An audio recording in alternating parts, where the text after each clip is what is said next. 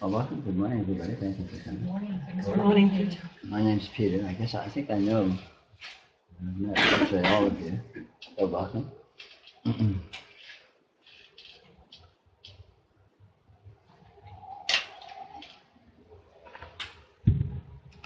trying to teach spirituality is very challenging.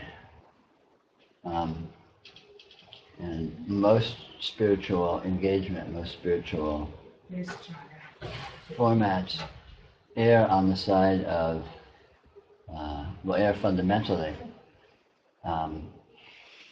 because of a very fundamental misunderstanding, a very fundamental assumption.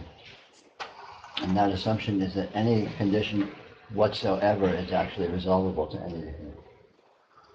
In actuality, absolutely nothing is resolvable. Absolutely nothing can be brought into a condition of sufficient coherence to know what it is.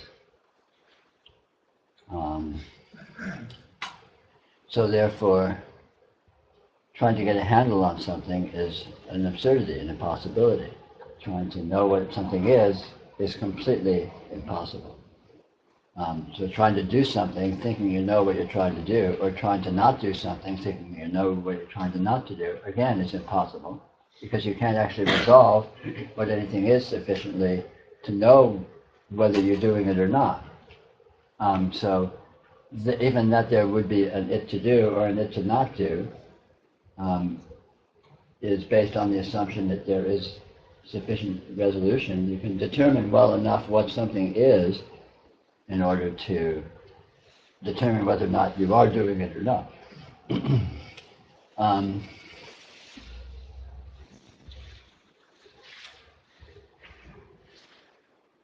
This is reality right here. Exactly what is it? Well, no one can answer that question. That question cannot be answered, except by referring to it itself. It answers the question unstoppably, completely, with complete naked revelation every second.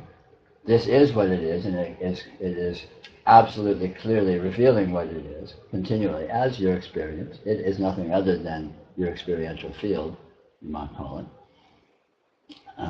And yet, it is completely unresolvable in every way.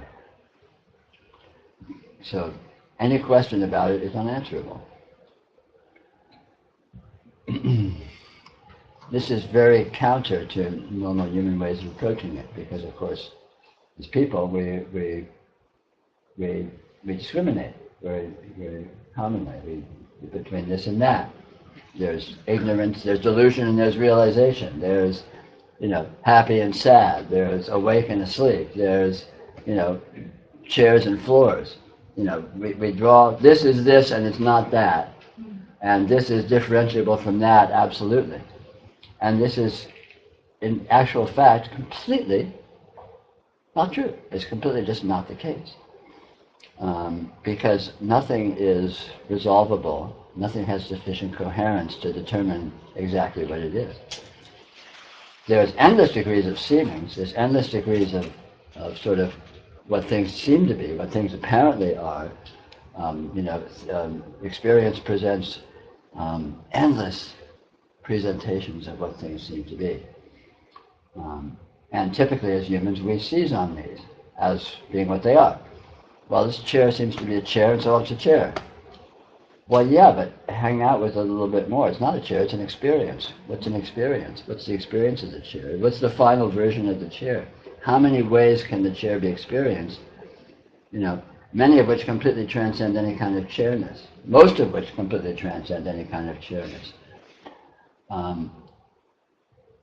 So one comes to the somewhat startling, at least from a consensus reality point of view, conclusion that what is here is drastically different than what people ordinarily behave as if it is.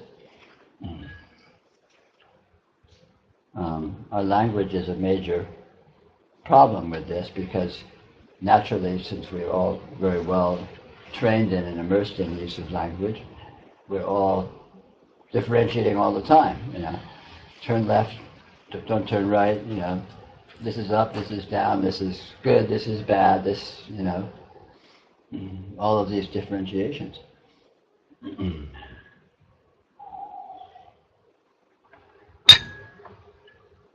And the problem is that this way of approaching reality, although it's serviceable, it seems to have sufficient degree of practicability that we virtually all do it.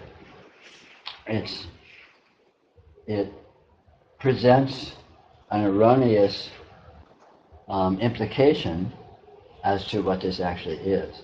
What this is does not conform to this mode of dealing with it. Think of a dream. In the dream you could say, oh, I've dreamed and I was walking down the street and someone came up to me and I talked to them and then a red car drove by. That's fine as far as it goes. It's a practical way of dealing with the events in the dream. But in terms of what was going on, it's completely useless because there was no red car, there was no person, there was no street, it was a dream. And so that way of addressing it completely overlooks essentially the fundamental point, the fundamental nature of that actuality. Going to differentiating superficial aspects of the way it presents itself as being what it is, which completely overlooks very, very fundamental aspects of being what it is, which essentially completely invalidate the superficial aspects, even though it doesn't cancel them out. Yeah, it did look like a red car was driving by. It did look like I was walking down the street, except that there was in actuality no red car in the street. So it's sort of a both and. It's just endless weirdness. How does that work? Well, it just happens to be that way. There's these endless seemings, endless sort of call them virtual presentations of what this seems to be. They're promised to be resolutions. It kind of really seems to almost be that. You seem to almost be a person, and this seems to almost be a chair, and this seems to almost be a room, until you look really, really close and you begin to notice, it's fuzzy around the edges. It doesn't really hold together. It's not actually like that. There's something else going on that's just completely not engaged or not acknowledged, not addressed by that way of looking at it. Because of the nature of what this actually is. This condition that is here is exactly the way it is. And trying to assimilate it or be with it or engage with it, so to speak, in any way other than exactly the way that it is going to introduce error, it's going to introduce confusion, it's going to introduce misimplication, misunderstanding. And virtually all spiritual teachings, in terms of any kind of positive statements, have that kind of implication. And as negative statements, there's implications there too. I mean, it's easy to say, well, it's not this, it's not that, it's not the other, it's not like this, it's not like that. But that sort of leaves you with well, okay, it's nothing. It's emptiness, it's zero, it's a void. Well, yeah, but it's this void which is actually full. So that's kind of has all sorts of implications that are very sloppy and very misleading as well. So to really, let's say, be with this as it is,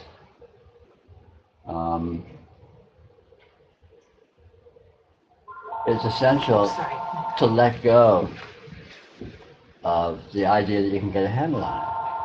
It's essential to let go of the idea that you can resolve anything whatsoever about it, and let it be what it is, and then see what that is, with absolutely no preconception, with absolutely no a priori assumptions, which is very challenging because typically we hold these preconceptions or a priori assumptions unconsciously, so we don't know we have them. We just think it's true. It's just like that. Sure, there's an objective world. What do you mean there's no objective world? What are you, nuts? It's just something you just feels like a truth, which really means that it's an assumption that is being believed unconsciously, and so then it's difficult to get around that. It's difficult to deconstruct that. It's difficult to question that because typically we aren't even aware that it's something we are positing, it's something we're assuming, as opposed to something that's just objectively true.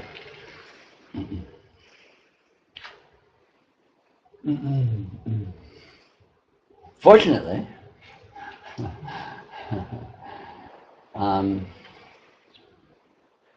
we are this actuality. So we exist in exactly the way that this does.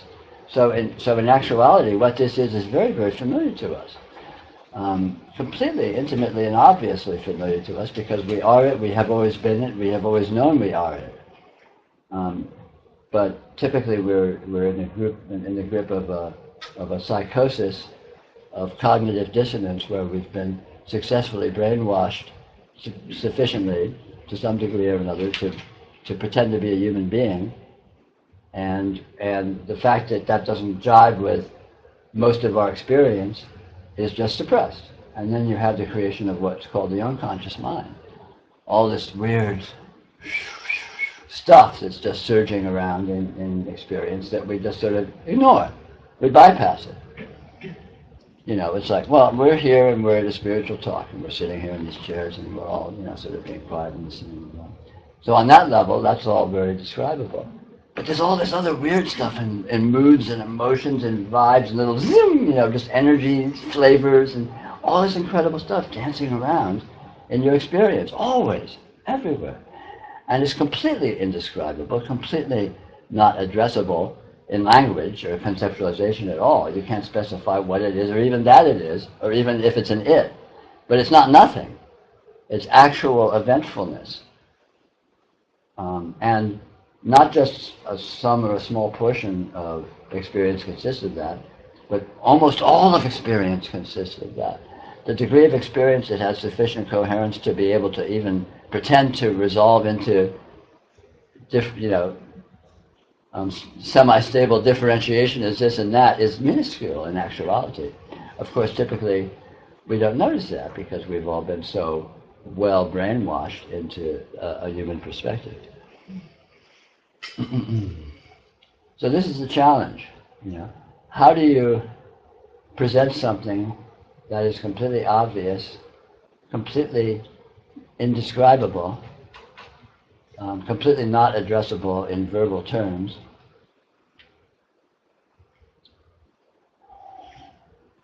and that completely transcends, counters all modes of human logic, all modes of human reason, all modes of human rationality.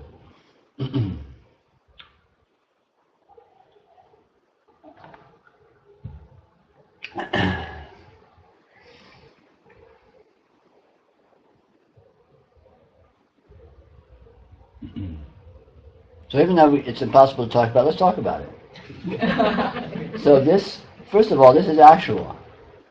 Okay? Experience is actually happening. It is present.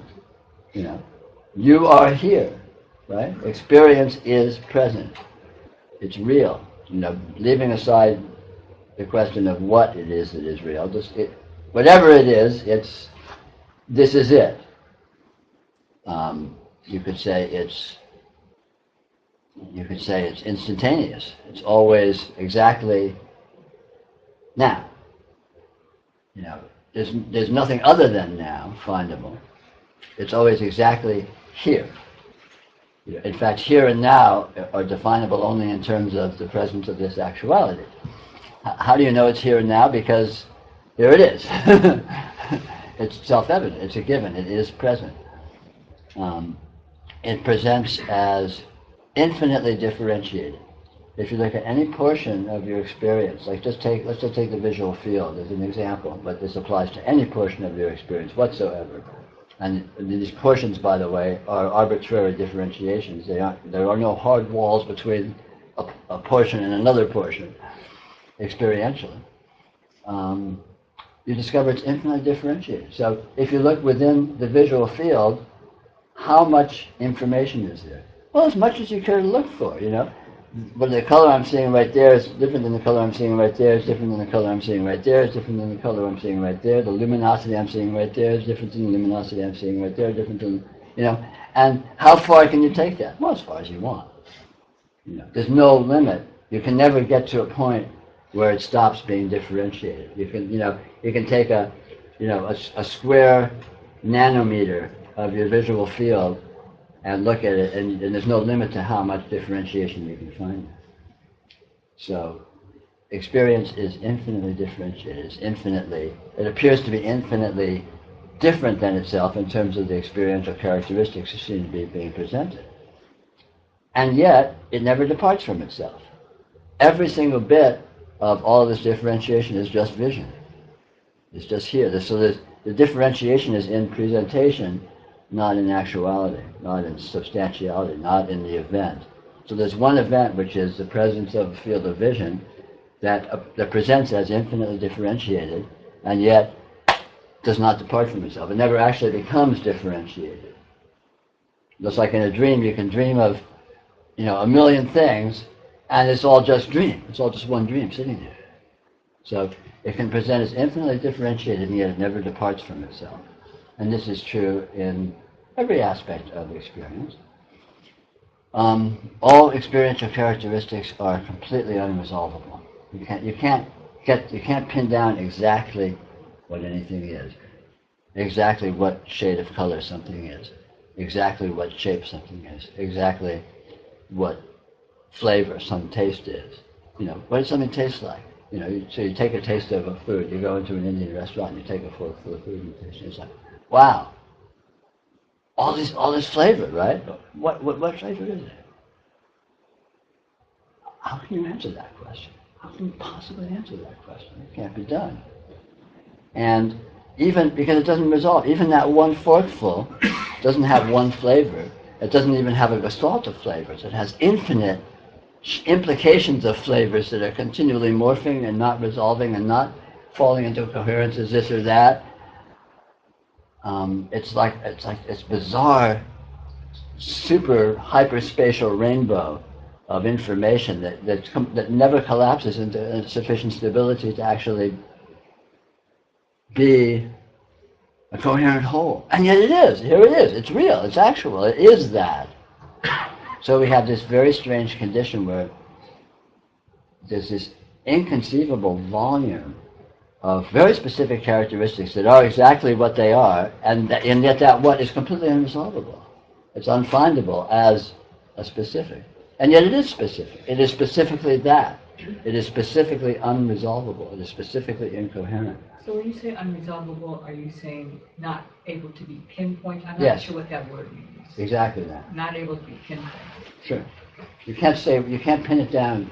You can't say exactly what it is.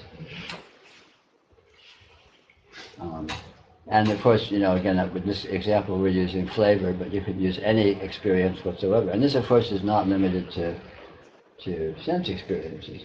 Another characteristic of this field, this present field of actuality, this present field of experience, is that it is infinitely dimensional. And this infinite dimensionality is each infinite dimension itself is infinitely dimensional. So it's fractally infinitely dimensional. Try and wrap your head around that. But so you look at the field of vision. How many sort of call it axes of qualitativeness are there present in the field of vision? Well, there's color, there's luminosity, there's shape, there's contrast, there's probably as many others as you want to think of, and none of those are resolvable as to exactly what they are. None of those are resolvable sufficiently to accurately differentiate them from any of the others. I mean, what's the difference between color and luminosity? Well, you kind of intuitively feel that there seems to be a difference between color and luminosity, but there's no one and the other because they come as a seamless stew, a seamless presentation of actuality, and we think of it as these separate axes, these separate strains that we can pick out. And here, this is color, and this is luminosity, and luminosity is not color, and color is not luminosity, and yet you can't have one without the other. How can you have color without luminosity? And so it starts to get subtle when you try to look at exactly what anything is. Again, it's unresolvable. Any specific is absolutely and completely and intrinsically unresolvable, which is very contrary to normal human thinking, which assumes that there is some ultimate actual differentiation. You know, this is this, and that is that, and this is not that because it's this and it's different than that. You know, that falls apart. You can't resolve an actual this sufficiently to verify that it's actually different from an actual that, because they kind of slur into each other. It's kind of, it's weirder than that.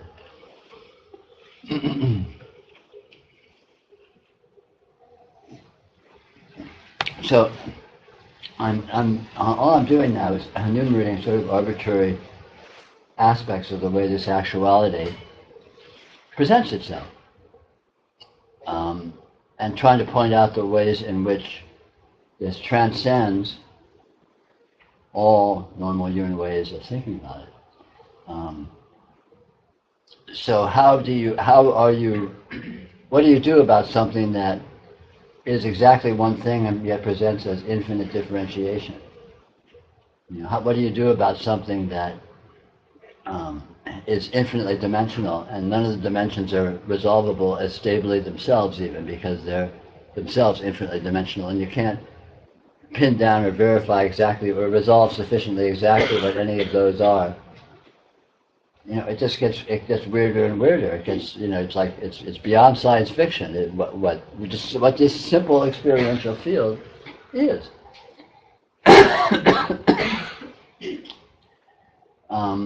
And noticing that that's the case is letting go of your misconception, letting go of misunderstanding, letting go of delusion, in spiritual terms, into the actuality that you already are, that this already is. This already is that. It doesn't need to be made into that. And even the misunderstanding is in fact this. Because if you look at what is conceptualization? You know, is logic logical? Is thought conceptual? You know, when you have a thought, what is happening? Can you possibly answer that question? Can you say what a thought is? Can you resolve what thought is? What thinking is? How does meaning happen? Well, I'm thinking of the floor. I'm thinking of the chair. What does that mean? I'm thinking of the floor. What specifically and exactly does that refer to? You know, how does that happen? How can you think of a floor? How can you think at all? What happens when a thought appears? In what way is that thought relational? You know, and the point isn't that doesn't happen. Obviously, we all are very familiar with the fact that this does happen. The point is, it's weird. It's downright trippy. It's completely nonlinear. It's completely bizarre what this actually is, what is actually happening in experience. And when you appreciate that fact, when you just notice that that is the case, it's not even, you know, you have to step up to it or rise to some superior understanding of something. You just notice, oh my God, this is some really weird shit here. This is really a very, very strange circumstance relative to how we normally describe it or think about it. But here it is. Here you are. But what are you? Well, here's this weird field of experiences here. Where are you? What are you? What's your relationship to this field? Are you in it? Are you looking at it? You know, and you try and find you. Where are you? What are you? Where are you located? Well, I'm here. Where's here? This is here. The experiential field is here. Am I in a part of it more than other parts of it? You know, when I see that wall over there, where am I and where's the wall? There's just the seeing. Where is the seeing happening? Here. In the field of experience. There's apparent distance, but the distance is within the field of experience, so it doesn't actually depart from the field of experience, so it collapses into a unity. You know, it's like touch, you know. I'm touching the computer, I'm touching the chair. Where's that happening? Here. In experience. So there's zero distance between what is experienced and what is thought to be experiencing it. And okay, let's look at the experiencer. Where's the experiencer? What's the experiencer? Well, what's the evidence for an experiencer? Here's experiencing, right? This is clearly experiencing, right? Experience is happening, let's say. That's a pretty accurate statement. That's a pretty strong statement. Does it need any, is there anything missing from that statement? Is there any parts missing? Experience is happening. Why does there need to be an experiencer? Why does there need to be an experienced? Why does it need to have parts? Why does it need to be a mechanism that somehow, gears that have to somehow engage? How about it's just here? It's experiencing. And maybe that's just a condition. Maybe experiencing is miraculously present. Who needs a you? Who needs an it? Those are obviously logical constructions. They're logical assertions based on, well, here is experience, so there must be an experiencer and an experienced. You know, no one says that except a logic teacher. You know, no one would say that except, you know, a debater. Because experience is that not a complete statement? Experience is there anything left out? What's left out of that? What's not being included in that? Experience is.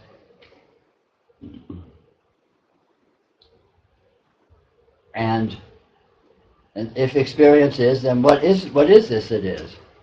Well, here it is. Check it out. What is it? Well, it's very interesting, isn't it? A lot of qualities, none of them resolvable, instantaneously present, always here, always now, no there, no then, completely unresolvable in every regard whatsoever. And here it is. Well, how do you talk about that? Well, you can't, you know, because everything about it is completely unaddressable, even unresolvability. You can't resolve what unresolvability is precisely enough to verify that it is unresolvability. It's even weirder than that. So all of these assertions are just implications. They're just more bullshit. They're more inaccurate, you know, holding up a template as if it's going to somehow have a one-to-one correspondence, and it doesn't. So this is exactly itself. It's a pretty strong statement. This is itself. This is this. This is. Or just this. Well, that sounds like a pretty complete spiritual teaching. This. Anything left out? Did I miss anything? Go home now. You didn't even need to come.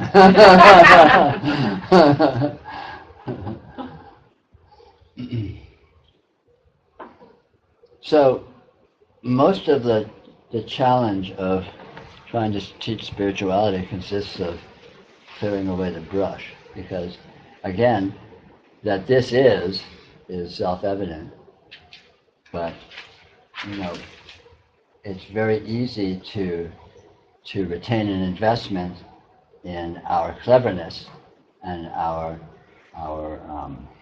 the intricacy of our history of engaging with it as being this or that, and then, well, yeah, but what about emptiness? You know, what about consciousness? What about awareness? What about doership? You know, all of these sort of things that have been posited as being relevant concerns or relevant actualities that should or could be addressed in spirituality, and to come in with the broom of actuality, the broom of this, the broom of absolute indeterminacy, and sweep all that stuff out and say, forget it all, throw it all away, start over, reinvent the wheel.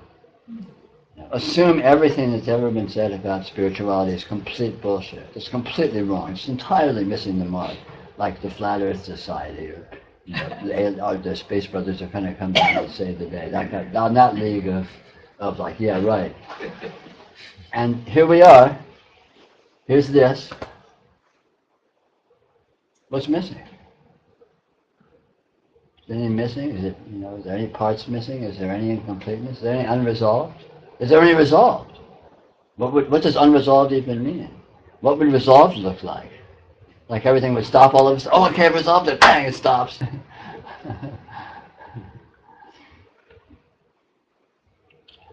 Anyway, that's sufficient of my ramblings. Yes? The idea of something stopping, though, it seems like the point of this questioning is that at some point you just are exhausted and fatigued, and that never takes you down a maze that gets like some part finally recognizes, and that does that part that keeps you from recognizing that this stops. Does it? I don't know. Does thought stop? Does the mind stop? Does it stop, but the part that attaches to, that believes that thought, or something seems like it would stop. Maybe not the thought, but maybe the attachment to it, or maybe the seeing it is not totally this.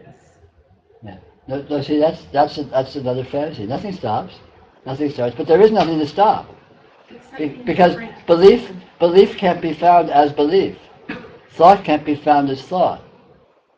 These things can't be found, so we can't presume to pretend we know what they are and pretend we even can define them as problems, or for that matter as solutions, and to define their cessation as problems or as solutions. Thought never stops, but it never started, it never was thought. Thought isn't thought. What is thought? It's infinite weirdness. Has the infinite weirdness ever stopped? Did it ever start? I don't know, here it is. What's start and stop mean? What does start and stop mean in the context of this continuum? You know, where is there a start? Where is there a stop? Where would you look to find that? There would have to be something that stopped and something that started. Where can you find something? Where can you pin something down? It's just this. So Can you remember it starting? Anyone remember their experience starting?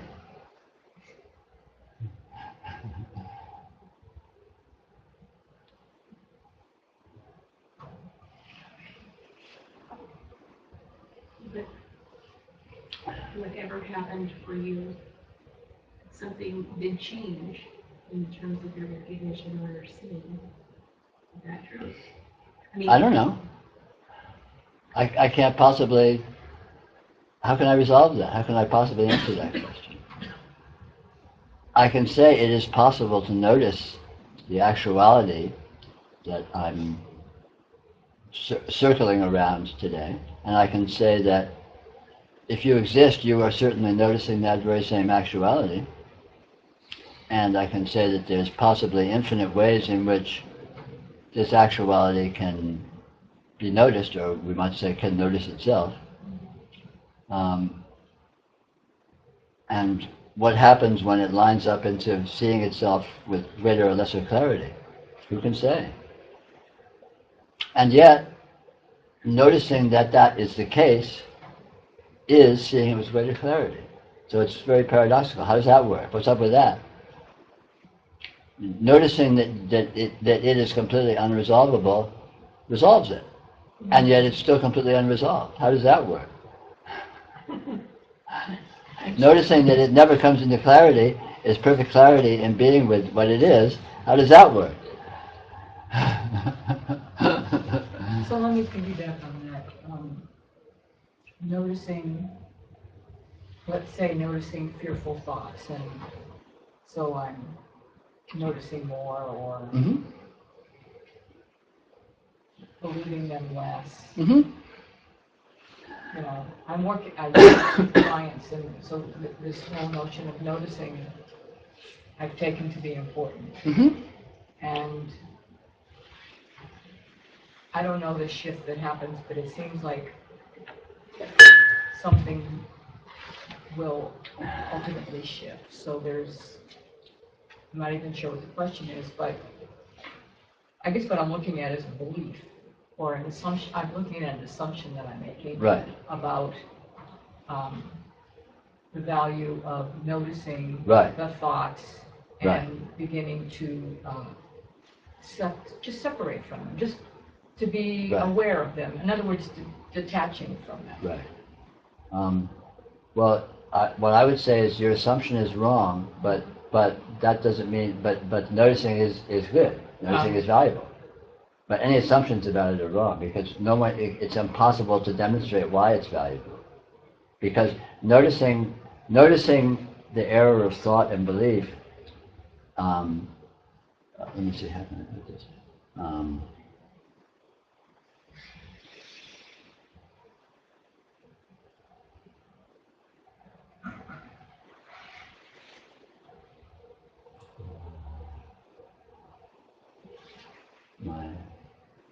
My mind is failing. Well, I wonder, Completely at a loss. I wonder if this is a good time to ask you that question then, that is happening. If it's a good time to insert this, when you first had your awakening in the 70s and then Right. took this time to whatever, I wonder if this experience, this story, would clarify what we're trying to understand by being an example. It might, in some ways. Well, I know we can come back to that specifically a little later, but Okay. I will bit off on that obliquely to address a little bit of what you were talking about prior, Yeah, which it's is about noticing and yeah. and a shift that occurs. Well, the shift that occurs is seeing that there's no shift. The shift that occurs, noticing, is the discovery. These two, or let's say, is part and parcel of the process of discovering there is no noticing. Achieving clarity is part and parcel of the process of discovering there is no clarity. And when you discover there is no clarity, then you're clear about that. You're clear about the fact that this is unresolvable, that this is, call it a chaotic mess, just to use poetic license. And so being clear about it isn't clear, and yet it's absolute clarity, because that's what it is. That's as good as it gets.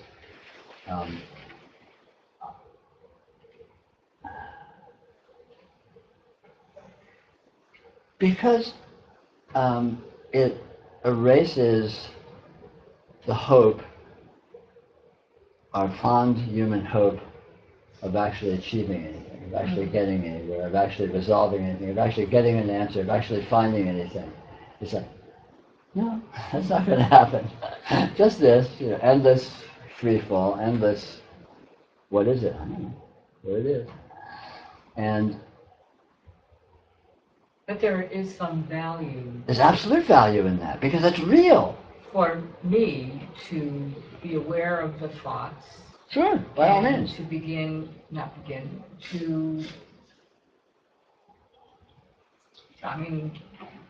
for me a value is a bit of a quieter mind, and noticing chatter that is unhelpful.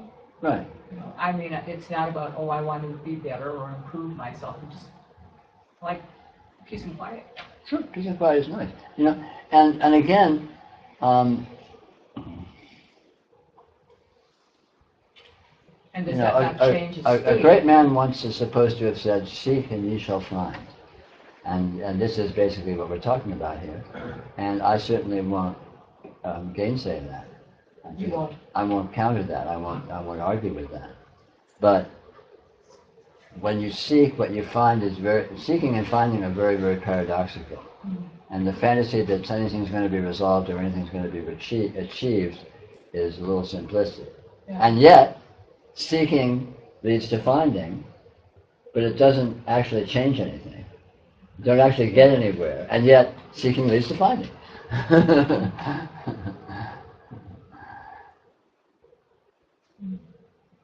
And now I forgot the question that you couldn't answer. And I Good. To write it down. Good.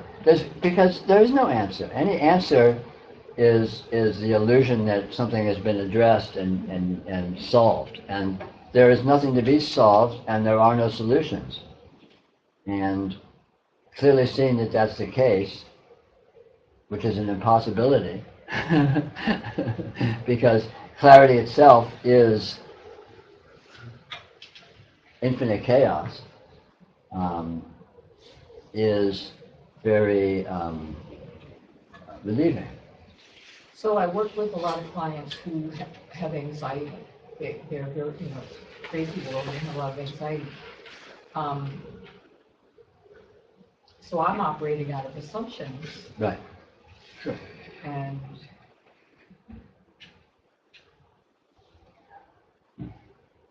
But even when you're operating out of assumptions, you aren't actually operating out of assumptions. You may think of yourself as operating out of assumptions, but you aren't. I assume you're a therapist of some kind. So if you're doing therapy, you may have a conceptual idea of what's going on, and you may have a conceptual analysis of what particular transactions may be consisting of. But in actual fact, what's happening is a completely irrational participation. You are there, your client is there, and the entire interaction is irrational. It's illogical. You don't really know what's happening. You don't really know what you're doing. You don't really know what they're doing. You don't really know what the engagement is. It's a kind of a dance that you have learned how to do by doing it, by participation, which is ultimately how we learn anything. You learn by swimming. You learn to swim by getting in the water a lot, and then sooner or later you can swim. Someone might explain it to you and rationalize it and draw diagrams, but that's not how you learn to swim. You learn to swim by getting in the water. And I expect you learn to do therapy the same way. You learn to do therapy by being in the therapeutic situation and sort of feeling it. And you may, conceptually, rationally have an analysis and a description of, this is kind of happening here in this projection or this and this, and I don't know what. I don't know that world particularly. But that's not really what's happening. Again, that's just sort of a map or an overview or a general rough sketch of kind of what might be going on. But the real engagement, the real, action in the trenches is all completely irrational energy presence, which is all this is. This is irrational energy presence. The presence of the experiential field is an irrational energy presence. Yet it's actual, it's intelligent, it's not just inert or stupid. It's hyper intelligent. It's hyper meaningful. It has all of these astounding profundities to it. It's not just some lump of mud sitting there. It's incredibly participatory. It is participating with itself, which we experience, of course, is our participation with it. But there's no you and no it. But there's clearly participation, right? You can't really tell what's participating with what, but, here we are doing it, whatever that is.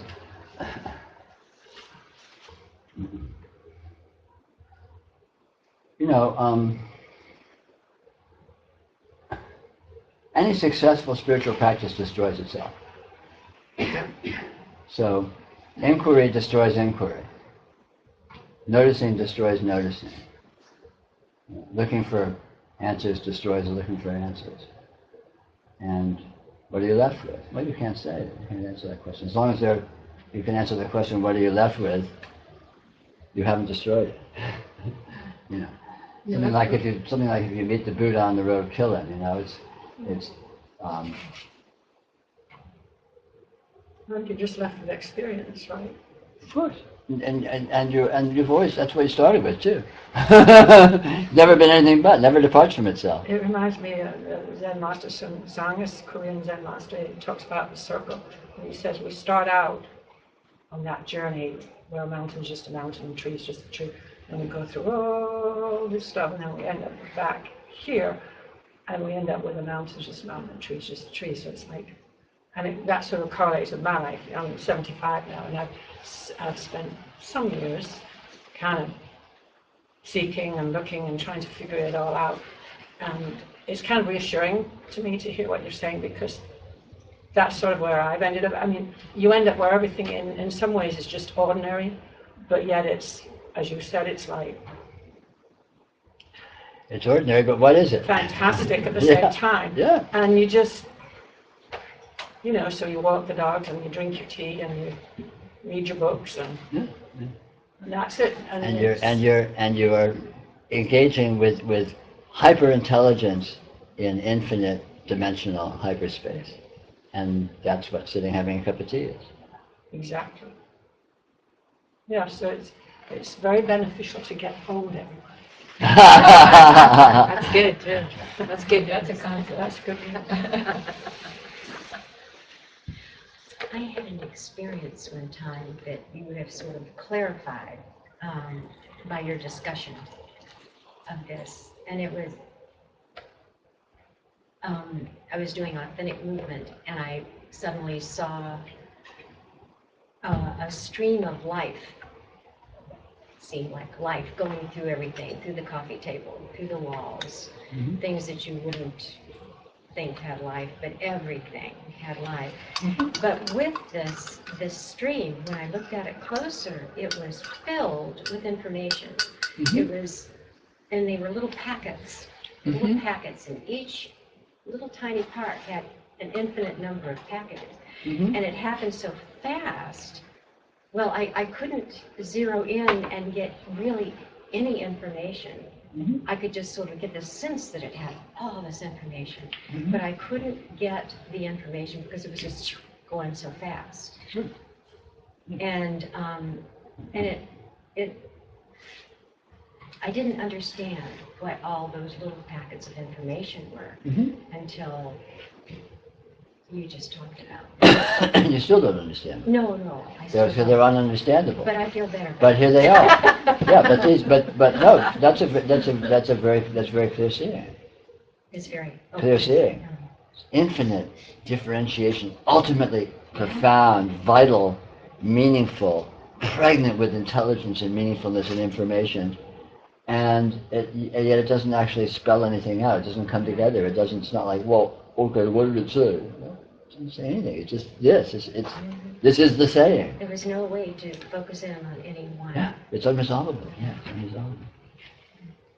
And that is the case absolutely infinitely across the board. Anywhere you look, that's exactly what you're going to find and nothing but. And even that it is unresolvable. But that's still a pretty good vision of it.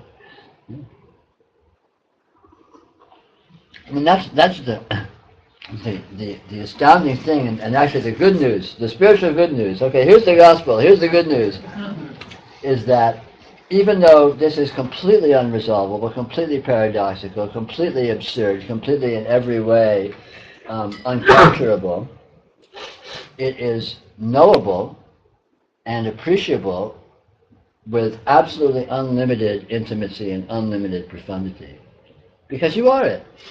You don't need to rouse a mechanism or rouse a facility of integration or a facility of describing it or have superhuman mathematics or linguistic abilities or anything. All of this astounding pregnancy of infinite dimensional meaningfulness is completely engageable with, because you are already engaged with it. You are it. It is you. You are being it.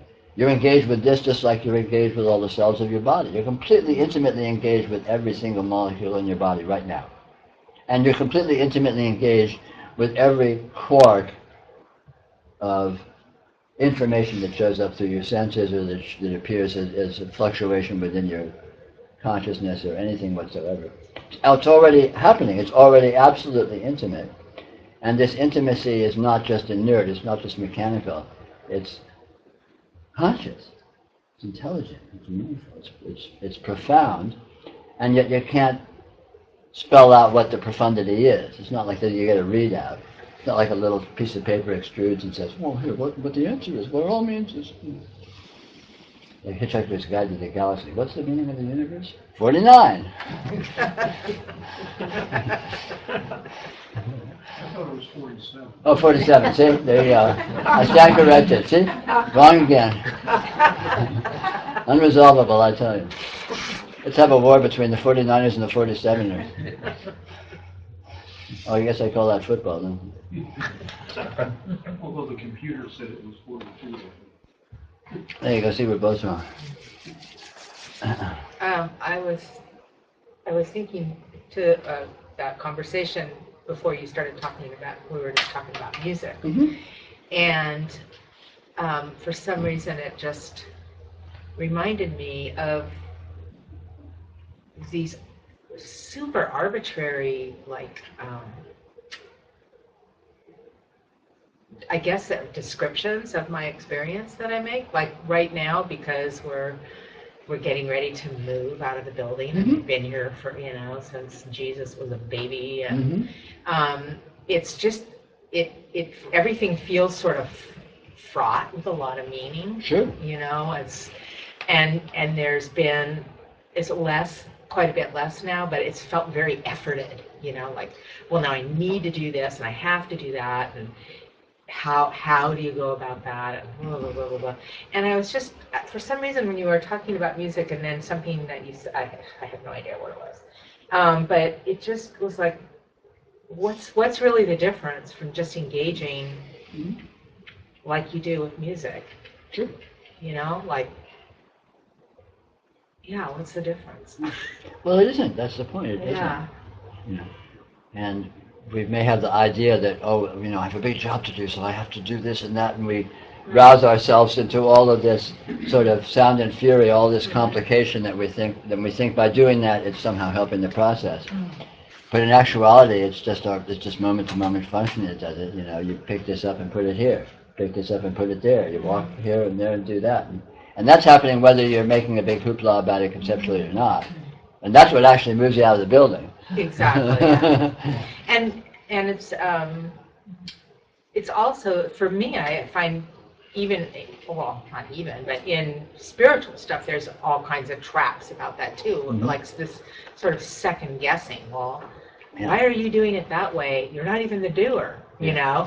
And it just seems kind of all nonsensy to me. Yeah. Well, it is nonsensy, and I don't it's mean even in a bad it's even way, more but just- insidious, I think, in spirituality, because in moving out of in space, you at least have a kind of a target of what the goal is, where you're going. Whereas in spirituality, it's like, what? Yeah. What's the problem? What's the solution? What's the goal? What's the path? Who's on it? And I mean, Right, and you're told the stakes it's are all so it's high. just infinite vagueness. It's infinite vagueness and innuendo, and it sort of depends on who your favorite spin doctor is, how you're going to be, holding it as being. So if I go to a class with a banker and get told about how mortgages work, what the fuck is the difference? If I'd rather sit on my floor and visualize my perfect house. Sure. I might as well play the way I want to play. Sure. Absolutely. Yeah. I mean, this is the point: is when you discover that you have freedom to engage, and no one can prove you wrong, but no one can prove you right. Right. It's just an endless life is an endless improvisation, and no one knows what's happening, and yet here it is. It's ongoing, and you're already in the thick of it. And it's certainly not what you think of it is. So why waste a lot of time thinking about what it is? You certainly can't get a handle on it, so why waste a lot of effort trying to get a handle on it? What am I going to do? What's happening here? So, I don't know. Let's do something. You're going to do something anyway, so something's going to happen. Yeah. Sooner or later, you're going to move your body or open your mouth, or right? Something. Yeah. But it's really ultimately it's down. I would say probably the bottom line is laziness. Why bother with extra effort that isn't productive? Unless it's just fun to effort. Yeah. I mean, that answers the question. That bypasses laziness too, because then you get lost in it. I like it. It's good. Well, that's true. Yeah. I'm lazy, so why bother to go eat? But I really like eating, so I'm going to go eat. And what is lust? It's life force. It's who knows what it is. It's just it's ongoing vitality of what? Yeah. Yeah, that thing that it's just total mystery that just urges you forward. Sure. Yeah. But from a pragmatic point of view, I mean, one major aspect of traditional spirituality is the problem of suffering. We have this suffering, we have this delusion, we have fear, we have frustration, we have all of the sort of the angst and inner tensions and so on. And spirituality actually addresses that. strangely enough, considering that it doesn't actually address anything else, by showing that all of that is the product of fantasy, the product of misidentifying fantasy with actuality. If you think you know what's going on, then you might have an emotional reaction to what you think it is. And you can never know what's going on. You can participate with what is going on in real time, but you can't know what it is. Okay, here's a test question. Here's a reality check. Can anyone say exactly what's happening here right now? No. How would you answer that question? What is it that's going on here exactly? I mean, it's like you start making a list. Well, I'm sitting in a chair. I'm in a room. There's people here. There's the spiritual talks. This light is shining. Is that comprehensive? Does that cover it? If you really nailed it, is that like exactly what this? The question's unanswerable. There's no way to wrap your head around it. This doesn't resolve into sufficient coherence to pin it down into what it is. And yet, it doesn't need to, because here you are and you're doing it. You're improvising. You're on the fly. You're jamming. Here you are and you're just like handling everything spontaneously. It's an improvisation. You're just doing your thing. It's the way you roll, right? And is it ever not that? So why go to all of this extra effort of pretending and worrying and thinking and planning and interpreting? Oh, this is really happening. So if this is happening, then I need to worry about that it might lead to this and that and the other, and oh, that provokes fear, or that provokes hope, or that provokes, dread, and then I'm sitting here shivering because of what might happen, depending upon my misinterpretation of what is happening. Well, that's the brush clearing you were talking about. Yeah, I mean, why go to all that effort unless you enjoy it? I mean, it's kind of fun. You get it's like going to a horror movie or going to a tearjerker. You get immersed, you get jerked around by all of this sound and fury signifying nothing kind of thing, But I think the it's drama, the soap opera of our hard personal lives, And I think I think it was Leela that was saying that, there's a point where you just feel fatigued by that. It's no longer, it's just not enjoyable. Exactly. Yeah, and when you get to that point, I mean, this is typically when, more overt spirituality kicks in, and you begin to explore alternatives and questions, say, hey, what's really going on here? And we start frequenting weird bookstores and buying weird books and reading all sorts of other bullshit. It ties us up in different kinds of knots. We start worrying about that. I'm so reassured, Peter. Thank you.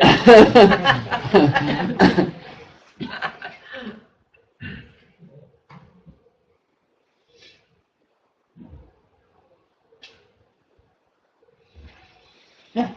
Peter, you say something which I think is really good which you're stating, is that we can't know what this is, can't know about it, but we can know it by being it. Yeah. You can engage with it infinitely. There's no limit to how profoundly you can engage with it, and that engagement is nourishing, is interesting, is vital, is expressive, satisfying, stimulating.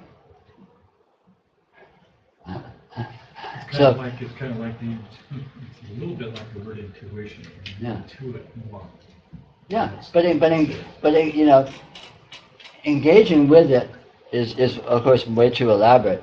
It's just dancing your life. You're dancing your life. And you've always have been dancing your life. You've always been making it up as you go along, right? I mean, everyone does. And you just notice that fact, and well, here I am doing my thing. What is that? I don't know. You tell me. And has it ever been anything different? If you watch children, they really, I've got my grandchildren now, they really know how to engage. But now the 8-year-old, she's more like, well, what can I wear for the Christmas? I could be underdressed, or could I be overdressed, or which dress? And I'm thinking, God, she's only 8 and she's already started with that. You're watching her sucked into this brainwashing of psychosis of the human perspective. It's so sad. Human normalcy. Yeah, the 2-year-old, she's like, always just bursting with this joy. But if she's angry, she's angry, and if she's happy, she's happy. Then she pulled this music box off. Well, she pulled a string on the lava lamp that I gave my other granddaughter knocked off the music box, gashed her head, blood everywhere. So she's screaming, and they run her to the emergency room, and get all of that done. And then I'm going to meet her at the concert. I'm thinking, oh, she's just come from the emergency room. She'll still be traumatized. The poor thing. She had this blood. She's probably never seen blood come out of her body before, which is kind of a traumatic thing. And then she comes up with her mommy, and I'm ready to receive this. And she goes, and then she's running all over the place, and she's laughing. And she's completely gone. Every once in a while, she'd go, oh, there's something in my head, Sure, of course. And I thought, God, I mean, so present every Yeah, moment. yeah. She had the experience. It was awful. She was probably a bit scared at the hospital. Then she left the hospital, and she's happy, and then she sees Nana, and then she's found toys, and then she, Yeah. why can't we do that? Well, we are. Why can't we just notice that is what we're doing? And we feel some kind of an internal necessity to conform to some kind of answerability or describability. So if someone asks you, what are you doing right now? You can come up with a string of bullshit, instead of just like, I don't know. Shit, I don't know. Here, what's happening here? I don't know. It's like you watch a 3-year-old boy or something. That's true. What are they doing? There's no answer to that question. It's just life bubbling. It's just bursting out. There's not a single thing they're doing. Or you could say it is one single thing they're doing, just infinite, multidimensional, unresolved engagement. And that's all anyone has ever been doing, except for this layer of programming, psychotic programming into a completely erroneous frame of reference of describability and analyzability and conformity and all of this, which never actually happens. No one ever is normal. No one ever actually conforms to being a proper human. We just learn to pretend as if we are, so no one will catch us the way what's really going on, right? No flies on me. I'm being good. Can't fault me. See? So it seems like constant surrender might be helpful. But there's nothing to surrender to. You've already surrendered. You're already this. It's not even. You don't even need to surrender. Just notice that any lack of surrender is just a pretense. How could you not be surrendered? I mean, what would that look like? Where would you be if you weren't immersed in this? How can you not be immersed in this ongoing, whatever it is? Or surrendering unconditioned. Well, yeah. Sometimes we surrender to one thing or another thing. We're selective about what we surrender to. And But that's a pretense. We pretend we're surrendering to something and not to something else. We're always surrendered completely to our nature. We're always surrendered completely to the actuality of our energy condition, which is completely irrational and unresolved. So we're doing it. Yeah, it's already all happening. the time. It's already happening. And we don't That realize we're doing it. Yeah, and that we don't acknowledge that we're doing it because we're so busy clinging to our pretense of accountability. Oh, I'm doing this. I'm doing that. I'm doing this. What am I doing here? I have no idea what I'm doing. I'm a madman. I've never known what I'm doing. And I never, but I've learned to be really good at putting on a show of knowing what I'm doing, right?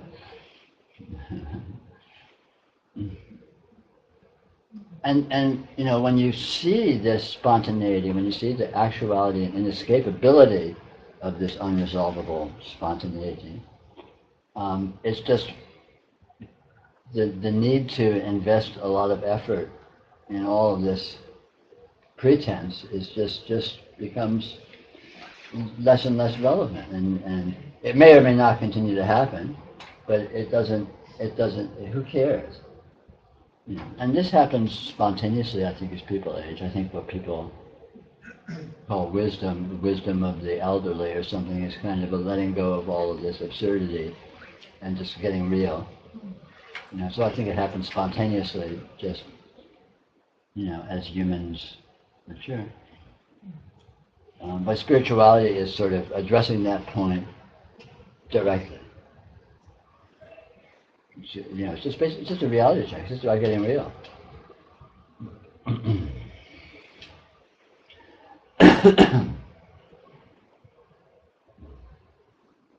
Would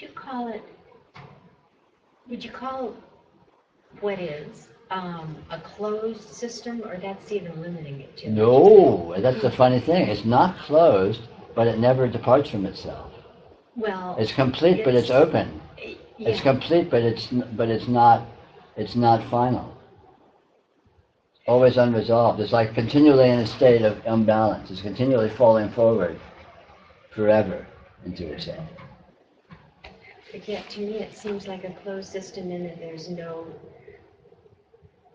relevant things to bounce off of. It's all It's there. It is. It doesn't depart from itself. So it Right. contains itself. In that sense, it's closed. Yeah, that's right. But closed is not a particularly good way to look at it because it's infinite openness in its nature. It's infinite alternatives and possibilities. It's infinite forks in the road, and the forks in the road have forks in the road, and the forks in the road have forks in the roads forever. It's always road. It's closed in the sense that it's always road, but there's infinite forks.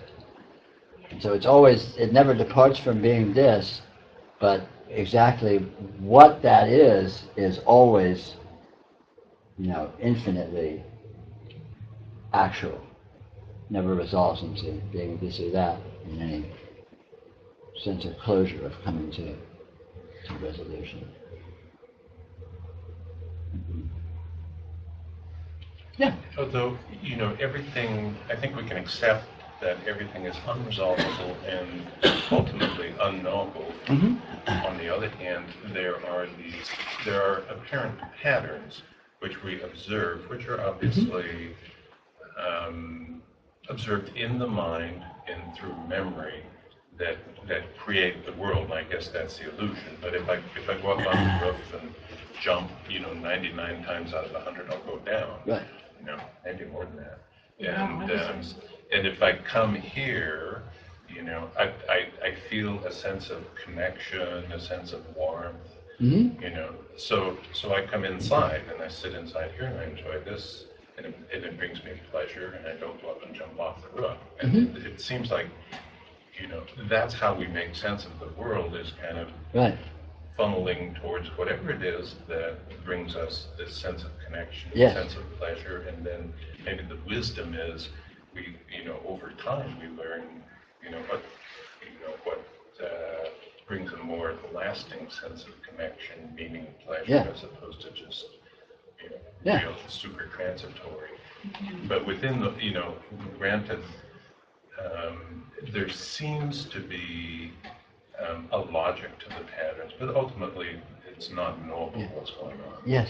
And you hit, very well put, and you hit upon one of the primary paradoxes, which is the paradox of patterning and infinity, which is also shows up in traditional spirituality as the paradox of karma.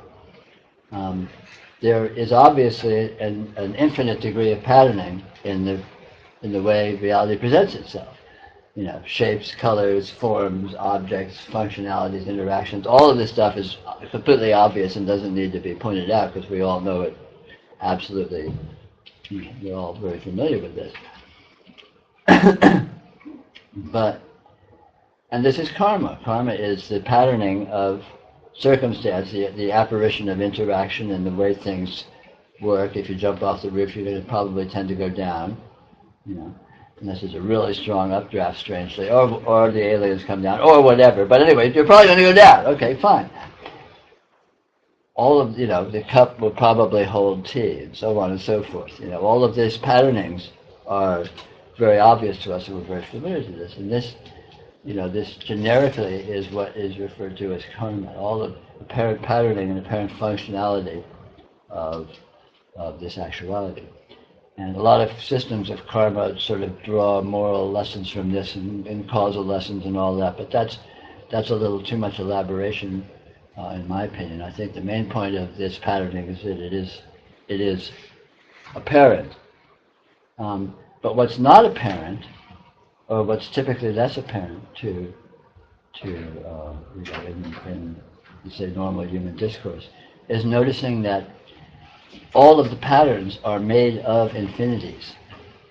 So the patterns are patternings of something that is intrinsically unresolved. So looking at a pattern is like looking at a fractal, where, yeah, it has, if the less closely you look at it, the more coherent it is.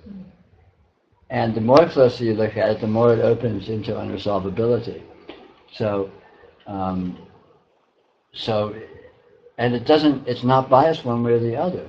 And this is the fallacy of karma, the fallacy of being stuck in karma, the fallacy of delusion from a karmic point of view within spirituality, is assuming that patterns are absolute. The entities actually exist, they're actually there, and so we have to deal with them. And release from karma doesn't consist of erasing, turning everything plain vanilla, turning everything to snow, so much as the discovery that the patterning, as I was saying, the patterns themselves are made of infinities, are made of unresolvabilities. And when you look really closely into any pattern, you find essentially what amounts to patternlessness, without negating or canceling the patterning. It's a both and. It's not an either or. It's not a is it patterned or is it infinite. Well, it's infinite patterning, patterned infinity. And it's like you look into the universe. What do you see? Well, there's this pattern of stars, and they're all exactly where they are, and they're all moving exactly where they do. And a scientist can calibrate this and make a map. But you look more closely, and exactly where is the star? Exactly what does it consist of? And all of that, and you just discover this infinity of little flecks and quarks that are just dancing around and unresolved. And so what seems to be very specific when you look closely turns out to be, a cloud of possibilities or probabilities or something even weirder than that. And of course this applies across the board, not just in terms of theoretical physics and using elaborate investigatory instruments. The same thing applies just in our experience. If you look at a pattern, you don't glance at it, you just glance at it, it's like, okay, you look exactly the way you look. Okay, that's undeniable, you look like you. And yet I look close, exactly what do you look like? Exactly what shape is your face? Exactly what color is your hair? Exactly what shape is your hair? Exactly what color are the clothes you're wearing? Exactly what shape they are. Well, I could study you for hours and I still wouldn't be able to answer that question. Which doesn't deny that, yeah, you look exactly the way you look. The patterning is there and it's very specific and very, very much what it is. And yet exactly what that is in fact infinite. It doesn't, again, it's not closed because you can't find a wall. You can never get to the end. You can investigate what a pattern is, and you never get to the end of, okay, now I've got it. Now I know what it is. The T's are crossed, the I's are dotted. You draw the bottom line, and you put out the answer. That doesn't happen, does it? And this again gets down to this very strange condition of unresolvability. So even though we have this actual paradox. Even though things are very much what they are, what that is unresolvable. So liberation from karma, spirituality gives liberation from karma. But it doesn't do it by erasing or canceling out the patterns. It does it by the direct revelation, the most intimate self-verifying discovery, that the patterns are not finite. The patterns are not limited. The patterns are not stuck in being just this or just that. They're open-ended in themselves. Which is part and parcel of the discovery of the intrinsic freedom and the intrinsic openness and fullness of this actuality that is here. That doesn't cancel or negate. It's not an either-or between specific conditions and specific entities and so on and so forth. It's just that they're not what they seem to be if you see what they actually are. Would you say it's fair to say that there is actually meaning and knowledge in the patterns, but you can never define it, you can never put it into words, but it can be felt or absolutely. There's endless meaningfulness. It's all pure intelligence, pure meaningfulness, pure profundity. Yeah. Anyone that listens to a piece of music knows that. Anyone that sees a beautiful sunset knows that. Anyone that looks at a human face knows that. It's like, wow! But once you get past wow, if you sort of if you don't get more wow, you're not looking closely enough. Yeah. It's sort of wow, and then wow about wow, and then wow about wow about wow, and that's what's actually here. But we get dull. We sort of look at the pattern enough, and then we close the door and say, okay, that's what it is. You don't when you have to really be intimate with it, just let yourself see what's actually there, and then you discover this amazing openness, this amazing, unending profundity. And we using these words like profundity or intelligence or meaningfulness, you can't say what that actually refers to. It's meaningful to use those words because you find something that kind of that where those words are meaningful to apply to it, but exactly what that is another wow. What's the meaningfulness? You can't pin it down. But you can't pin anything down, so that's no surprise. And a lot of times it's our belief that we can make sense out of the patterns that obscures that meaningfulness. Precisely. That's what delusion consists of. That's what ignorance consists of in a spiritual sense. It's simply not going the distance, not letting yourself be with the way it actually is. Forming basically a stereotype of it, or a stick figure of it, or a cartoon of it, and then relating in your imagination to the cartoon as if it was the thing. You all know people who are with other people superficially. Of course, none of us are. And they're not letting the person be whatever they happen to be in the moment. They're like, oh, I know who you are. You're the person who's going to do this and that and that. You would never do this. You created a cartoon figure that they've defined in their mind, and they're relating to you as if you're that. And in actual fact, you're an absolute mystery. You don't know what you're going to do. No one else knows what you're going to do. Your range of possibilities is literally infinite. It may be arguably predictable within a very broad range, but even that's bullshit because all sorts of weird anomalies happen continually. One day you're going to jump off the roof and you're not going to fall down.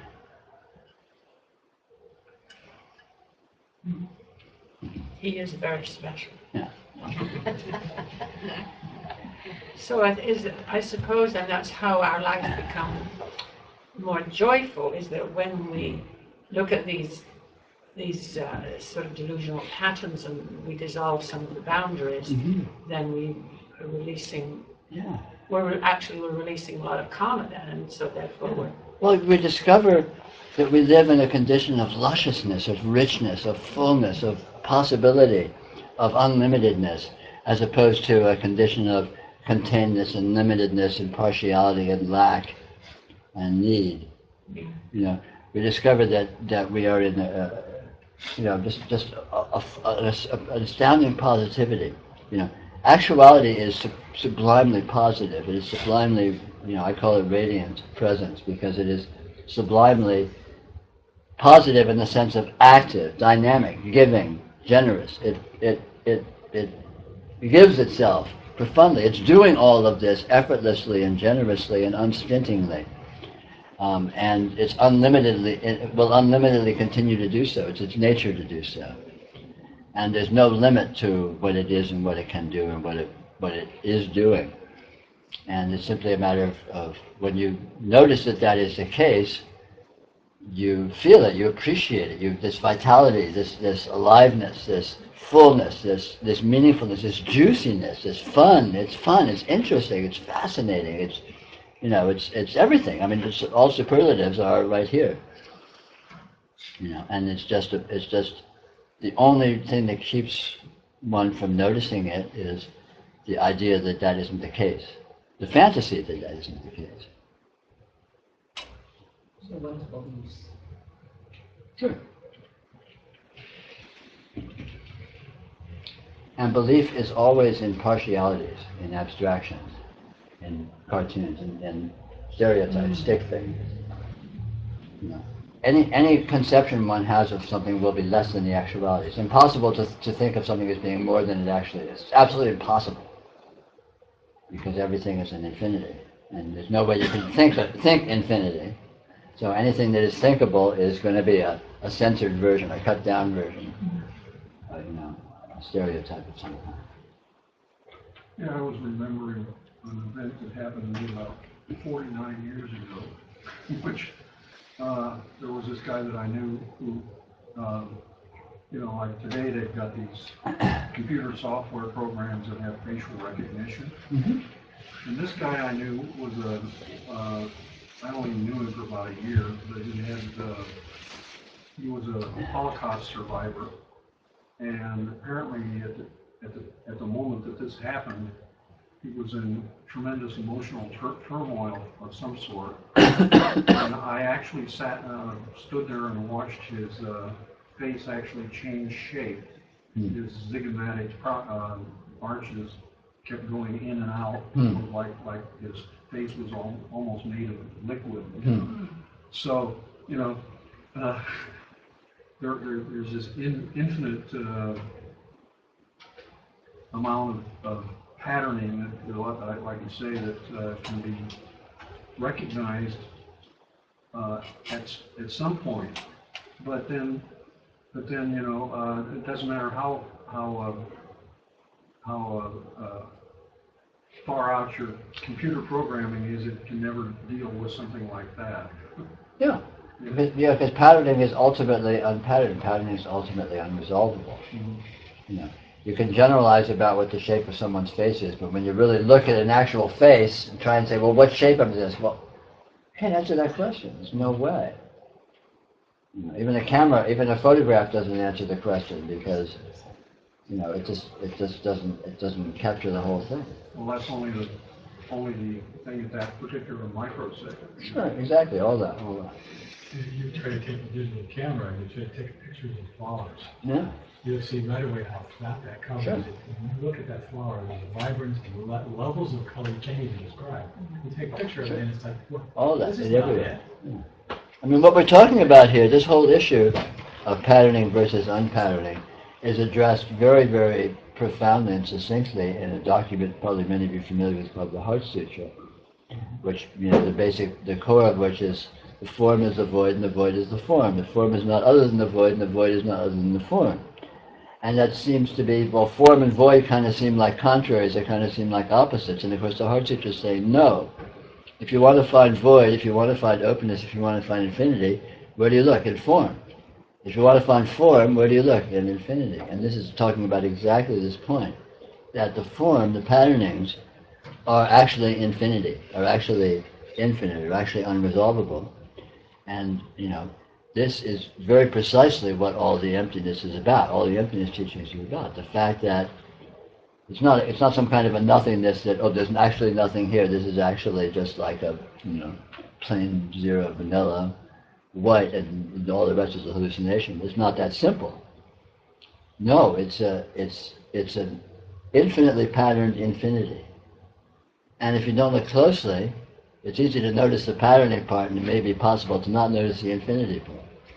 But again, once you sensitize yourself to it, it's very easy to notice the infinity part, and nothing ever settles down into being locked into being anything in particular.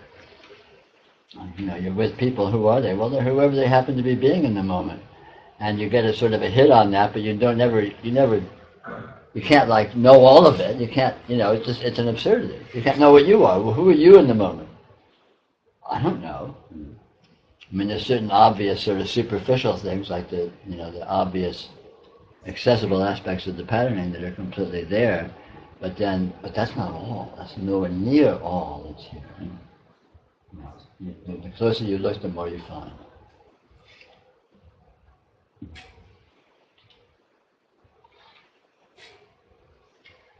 And this is not esoteric or even obscure. It's just, it's contrary to our training. Humans are trained to be good citizens, good consumers, conform to normalcy, function within society. And so, we're brainwashed more or less, or let's say educated or conditioned into a certain way of seeing things in a certain sort of a consensus reality that we hold, which is just inaccurate to really comprehensively include or address what this actually is. It's fine as far as it goes, maybe, arguably, maybe not if you look at the world condition. But anyway, In fact, it just cannot include or address what this actually is. But it doesn't need to. You don't need to conform or be limited to the consensus reality view, because you never actually have been, even if you've been good at pretending you have been, even to yourself. You've always transcended your own ideas of yourself. We're always more than we want to admit we are, or that we'll acknowledge that we are. And we don't know the extent of that. We don't know our depths. We don't know our boundaries. We're not finding. I know this seems interminable. We will be knocking off for lunch in a little while, so there'll be a brief reprieve.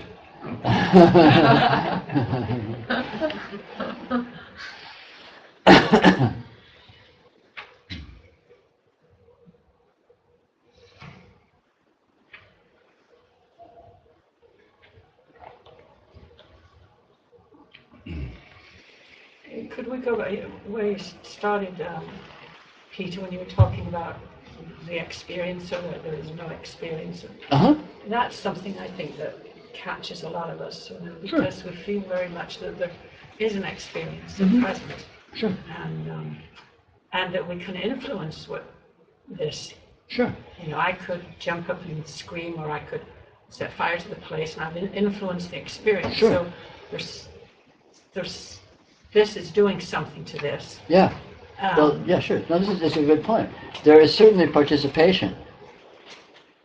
But it starts getting slippery when you try and say, well, what is participating with what? Or who is participating with what? Absolutely. And again, or there is certainly experiencing, but again, it gets slippery when you try and find an experiencer. Yeah. It's sort of posited into existence. Well, there's an experiencer. Here's the experience. So the experience is, I don't know, somewhere back here, whatever. And yet, you go looking for the experiencer, and experiencing never goes away. Wherever you look, that's what you find. Even if you found the experiencer, it would just be experiencing, right? Yeah. How would you know you'd found it? Because you'd be experiencing it. And so, no, the experiencer exists as a principle which is transcendental, which is unfindable. So, well, okay, great. The angels dancing on the head of a pin are a principle which is transcendental and unfindable, and or bullshit. You make the call, So it's a question of reality check. What is actual? Experiencing is self-evident and actual. To assert that there is no experiencing is to say that there is no existence, and how you would do that, I bow to your superior debating skills if you can pull that one off. But that there is experiencing is self-evident, and if you start from first principles rather than assuming a priori, there of course is an experiencer and an experience. If you start from first principles and say, what's undeniable? What is absolutely undeniable? Experiencing. That experiencing is a given. And if you say, okay, is there anything missing? What's not being included in this? Where's the missing piece of the puzzle? And I can't find it. Does there need to be an experiencer? Does there need to be an experienced? And when a dream happens, where's the experienced? There's nothing there. You wake up from a dream and you know that there was nothing being experienced. There was just an experiencing. A dream is not a thing, it's a dreaming. It's more of a verb than a noun. And if you try and look at, what's dreaming the dream? Well, the dreamer's your consciousness. Try and find consciousness. Where would you look? You would look in this experiencing. Well, Peter, isn't experience or just a way of saying there seems to be a focal point of this experiencing here, whereas this gentleman is having a different experience. It seems to be having a different location. It's a different focal. No, you can't find different experience. That's another assertion. You can't know anyone else is having experience. You can posit it, but that's just hypothesis. Common sense, though, isn't it? Common sense is bullshit. Common sense is hypothesis. you don't know that you're not dreaming now. You don't know, no, it's too still to be a dream. Okay, suppose the waking state is actually a dream state that is more stable. When you wake up from a dream, you know that everyone you were talking to, as far as you can tell, may not have been there. Maybe there's some way in which dreams are actual and the beings actually exist and you actually go to some other reality and you're experiencing actual entities who are self-aware. That's possible, you can't know, it's another hypothesis. A hypothesis that they aren't there is also viable, but both of those are just hypotheses. You can't know. All you can know for sure is the presence of the experiencing, right? As far as you know firsthand, there's only one experience, and it's what you would call yours. You can hypothesize that there may be others like you who are having experience. I don't know you exist. I don't know any of you exist except as objects within my experiencing. You may well, I'm not saying you don't, but I'm saying I can't know that. So that means, in terms of me, your experience is not an actuality. It's a possibility, but that's your problem. Whether or not you exist is entirely your problem. So, which is fine, and we can hypothesize that others exist, and we can hypothesize, certainly I do, and we can hypothesize that they are experiencing in a similar way that we are, and so on and so forth. But you can't know that, and there's a very, very big difference there. To assume that an assumption is a fact is basically you're in manufactured reality. Well, at one level, we assume that all the time. You know, we have a conversation. If I ask you a question, I assume that you're hearing me and you're responding to me. You know. Sure. So I mean, that's that on that level. We're assuming that I'm different from you, and we're having this communication. Well, you may have that assumption, but it's just an assumption. Is that part of that infinite patterning showing up? Well, just that, you are aware of having an expectation that I'm going to ask you a question. Sure, if there is that expectation, you might ask me a question I might not answer. You might ask me a question and I might pick something up and throw it at you. Mm-hmm. I mean, I generally haven't in the past, but who knows, right? Well, that's like the jumping off the roof and going down. Yeah. Although I'd say higher probability that you'll throw something at me. But well, who knows? Who knows, right? Well, but more to the point, a conversation is a conversation. And the conversing is an actuality. Exactly what that is of course indefinable. What's happening when this conversing happens? Who knows? And am I talking to an actual being, or am I talking to myself in a dream or in a hallucination? Who knows? But that's unimportant. A conversation can happen in a dream, and it can be profoundly meaningful and engaging. And whether or not the other being exists in any sense whatsoever, for that matter, whether or not you exist in any sense whatsoever is irrelevant. But the conversation exists as it does, ungraspably and unanalyzably. And any theories about what I am and what you are is just that, going to be theories. I've found it helpful, and it's probably all wrong, but to think of experience in terms of like relative truth and absolute. For example, in terms of relative truth, 2 + 2 = 4. Mm-hmm. And that sort of helps me sort out some of that, the more concrete physical part of this experience. Mm-hmm. Because I think if you were putting your world consistently into trying to be with the absolute all the time, I think it would get kind of difficult to negotiate. No. See, it's a slippery slope, and I understand this because this is many people's argument. This is many people's way of approaching it. But it's a very slippery slope there. Because you're liable to miss what your actual functioning is. All actual functioning is completely transcendental. Every single thing you do is an undescribable irrational energy engagement and in no way conforms to the describability of a relative description. I stand up and I walk. How am I doing this? How am I doing this? It's inconceivable miracle. There's no way I could say how I'm doing it. How do I walk? You can walk too. How do you do it? You can't say how you do it. Something as simple as walking is a completely inconceivable, irrational, called direct energy engagement or direct energy manifestation, if you will. It's participatory. It feels participatory. But what it is that's happening and how it happens is completely indescribable. Here we are having a conversation. How does that happen? Oh, it's just, it's relatively true. We're just sitting here and you're thinking and I'm thinking and we're saying words. No. There's no way to describe what's happening.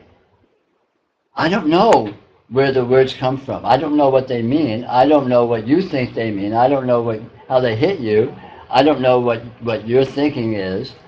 I don't know how any development of meaningfulness or relevance or anything whatsoever that seems to occur. I don't know how that happens. I don't even know what it is that's happening. So if you go to a relative truth, you're wimping out. You're backing off into safety. You're backing off into there's that absolute out there somewhere. Maybe tomorrow. Maybe another time. And you're cutting yourself off from the lusciousness. You're cutting yourself off from your own life force, which is most intimately and entirely irrationally doing all this in real time. There is nothing whatsoever that's describable. And so all relative truth is inaccurate, completely inaccurate, and is a partialization. And yet it isn't canceled out either, because relative truth is itself irrational. Logic is itself illogical. How do we come up with these descriptions, these untrue simplifications? How do we pretend to live with them while completely bypassing them in our actual functioning? The entire thing is completely, here I am being rational. I'm saying words that sort of make sense and making sentences that sort of are grammatical. And how does that happen? What does that even mean? What's doing it? The entire thing is off the charts in terms of weirdness. And so relative truth, falling back to relative truth, is just a kind of a denial of the actual fact that every single thing that happens is completely inconceivable in every way. So that's limiting then to just imposing another pattern and another But again, it's subtle because it's not the opposite of that. It doesn't mean it doesn't mean that's wrong and this is right. It means that that's just an instance of this. Relative truth is just an instance of absolute reality, because relative truth isn't what it pretends to be. Relative truth isn't what relative truth describes relative truth to be relatively. So it's not a problem, because it transcends itself. You don't need to stop thinking, gosh, it's almost noon and I have to go out to my car and drive down and this and that. You don't need to stop thinking that just because it's inaccurate, because the entire thing is, what any of it is what is thinking, what is planning, what is projecting time, what is all of these things in themselves are absolutely transcendental. So they aren't actually limiting, because they aren't what they pretend to be. It's subtle. It's subtle because the transcendental nature of what everything actually is doesn't negate partial interpretations. It includes them, because partial interpretations are themselves absolute inconceivable transcendentality. How could they happen otherwise? What are they? Can't answer that question. So when I have an intention, back to experience and experiencer, that's sort of where does that come from? Exactly. Intention, like I want to go there, pull apart that plant. I won't do it. While she's looking. No, maybe later. But that is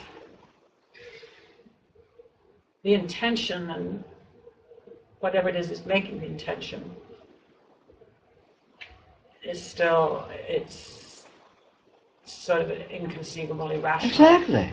Can't be really found anywhere. Yeah, what's making it is inconceivable, even the intention itself. What is an intention? Yeah, what is it's endless weirdness. And then if you act on the intention, how does that happen? What does acting on an intention mean? You throw those words out, and what reality does that refer to? I mean, I'm waving my hands around, so I must be intending to do that. What's actually happening when I do that? How could I possibly answer that question? Actually, it's amazing when you think about it. Yeah! This is the point. This is fucking amazing. It is fucking amazing. And there's no part of it that isn't. You cannot find dullness. You cannot find limitedness. You cannot find partiality. Even partiality is unlimited impartiality. Even our claims of ignorance and heavy-handedness and silliness are completely transcendental infinity. Yeah. That's all we got. That's the only thing that is here, so everything that shows up is made of that. You know, how do you build limitedness out of infinity? How do you take infinite blocks and build a limited building? We're pathetic, really, aren't we? Because we try, don't we? Well, we're only pathetic. We're only pathetic because we believe that we are. But then if you look at that being pathetic, it itself is miraculous and transcendental. How can we do that? Yeah. I mean, it's the greatest magic show on earth is that we can effectively pretend to be missing this amazing, inconceivable wonderfulness, and we're not. Yeah, but we can pretend to very effectively, seemingly, right? And the whole thing is endless weirdness. Yeah. And that's the bottom line. I mean, that is right there. That's the finish line. That's the goal. Just endless wow. See, I knew it all. Yeah, of course you did. Well, that's the thing we do. You know, I mean, you talk about you know historical development of a child from birth. You know, I mean, who knows about tendencies and all that? But at any rate, you look at a small child. What is this to them? It's like Exactly. you know, just can't. they don't know up is up and down is down and yellow is yellow and red is red. It's just, and it never stopped. You know, you learn to say, oh yeah, that's yellow and that's down, but just because you can say that, you're still basically going, and so this is just letting yourself acknowledge, owning what you really have always been, which is, you don't know. But damn it, it's here. This is it. It's you. You are here. You are real. And you never were unreal, and you couldn't possibly be unreal. You know, and even calling it you is too much. It's just this. It's just a, Yeah.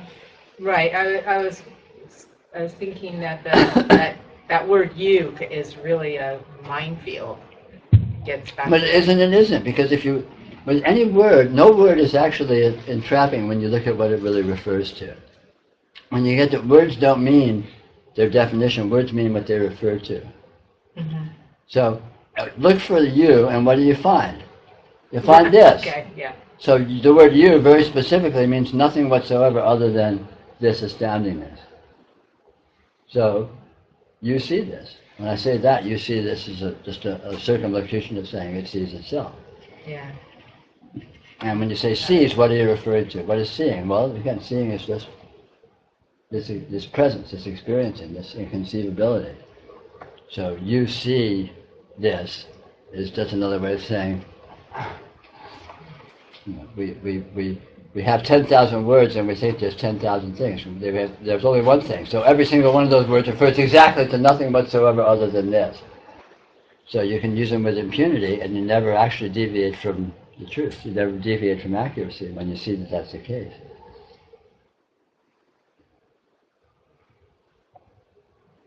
Peter, people say that the Justin TV isn't broadcasting and the audio isn't either, and they think it might be a problem with Justin itself, but yeah. there's a tweak you can do. It's broadcasting on my end. I can stop and then restart. We're gonna knock off in about 2 minutes, so maybe after lunch I'll start. Okay, good, let's do that. Because there's a lot of people watching, they're like, yeah. Yeah, on my end it's showing as broadcasting, and it's showing that we have 8 viewers. Okay, great, thanks. Hi to them. Sorry. Now, if we could just figure out a way to get each of them to donate $1 million, and we split the take. Good What's the idea. actual evidence that there are 8 viewers? There's no evidence whatsoever. There's just a number on my screen. Little patterns of light. I don't know they're there. I just know that the computer's telling me they are. The Justin case you're talking Like, Famous actor, it could be. just in case. Why don't we, it's 11:55, why don't we knock off for lunch? I guess most of you know there's a bunch of local places in the area or whatever. And we'll try and reconvene around 1-ish. If you're available, please come back and join us and we'll have lots more fun. If you're really easily entertained and have a high threshold of boredom. We're all a cheap date. Yeah, right. And looks like we're broadcasting theoretically, which is not your concern. Looks like we're here theoretically. So welcome back. What would you like to talk about? Anything, any aspect of what we were playing with this morning feel unclear and or interesting, upsetting, annoying, feeling righteous indignation?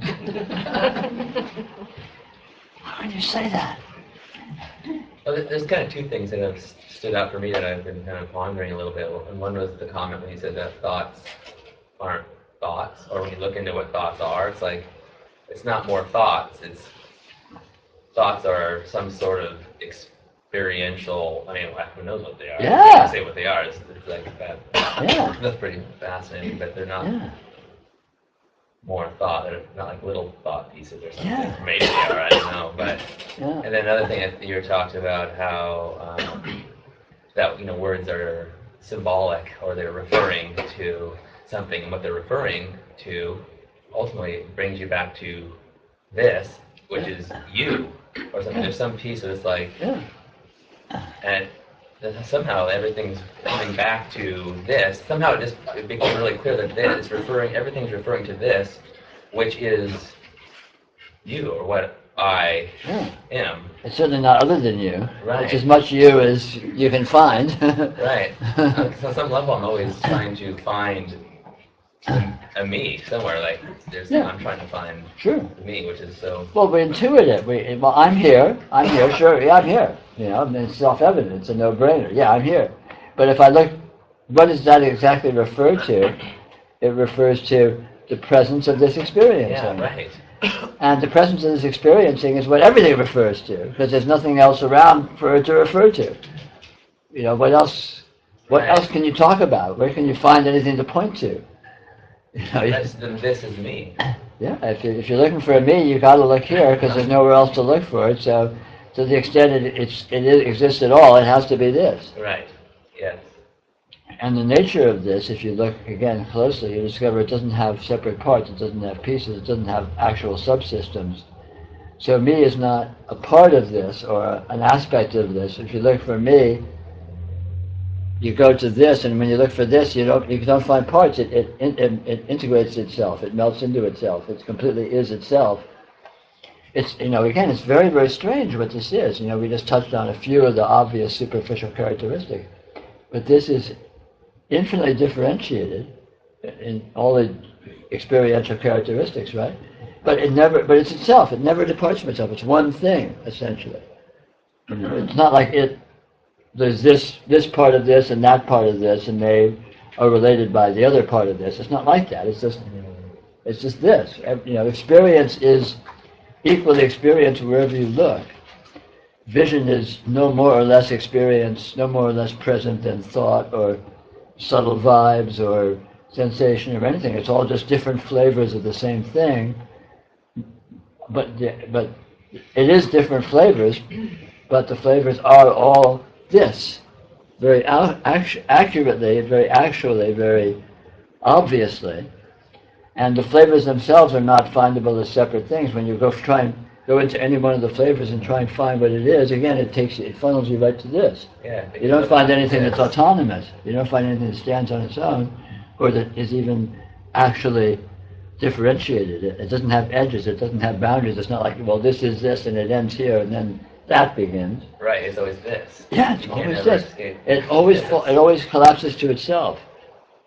It eats itself, so it's like a quicksand or a black hole or something. It has endless, infinite ramifications, but the ramifications never depart from the core, from the core fact. Yeah, it's very strange what this is. It's very, very nonlinear. It's very alien to human logic, which is probably part of the reason why it's so elusive when people try to approach it through spiritual paths that have any degree of logic to them at all. So when you say it's a no-brainer, that's literally. Well, actually, who knows? There seems to be a brain here too, you know, who knows? Yeah, but it doesn't require a brain at all.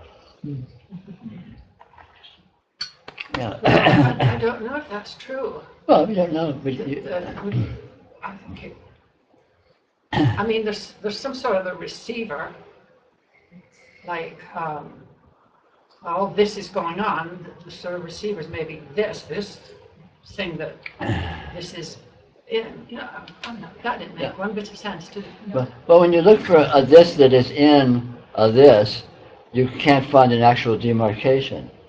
You know, again, it kind of looks as if, it presents as if it was that way. You know, the body presents as if it was sort of its own system, coherent, and it, you know, and you can analyze it in terms. But when you begin to look at, well, what is it actually? What's the evidence for a body? Well, it's experiential. I know I have a body because I experience those aspects which I am calling my body. But that experience is ultimately not very differentiable from the experience of what I call the floor. It's present in exactly the same way, with the same, you know, I see my hand, I see that chair.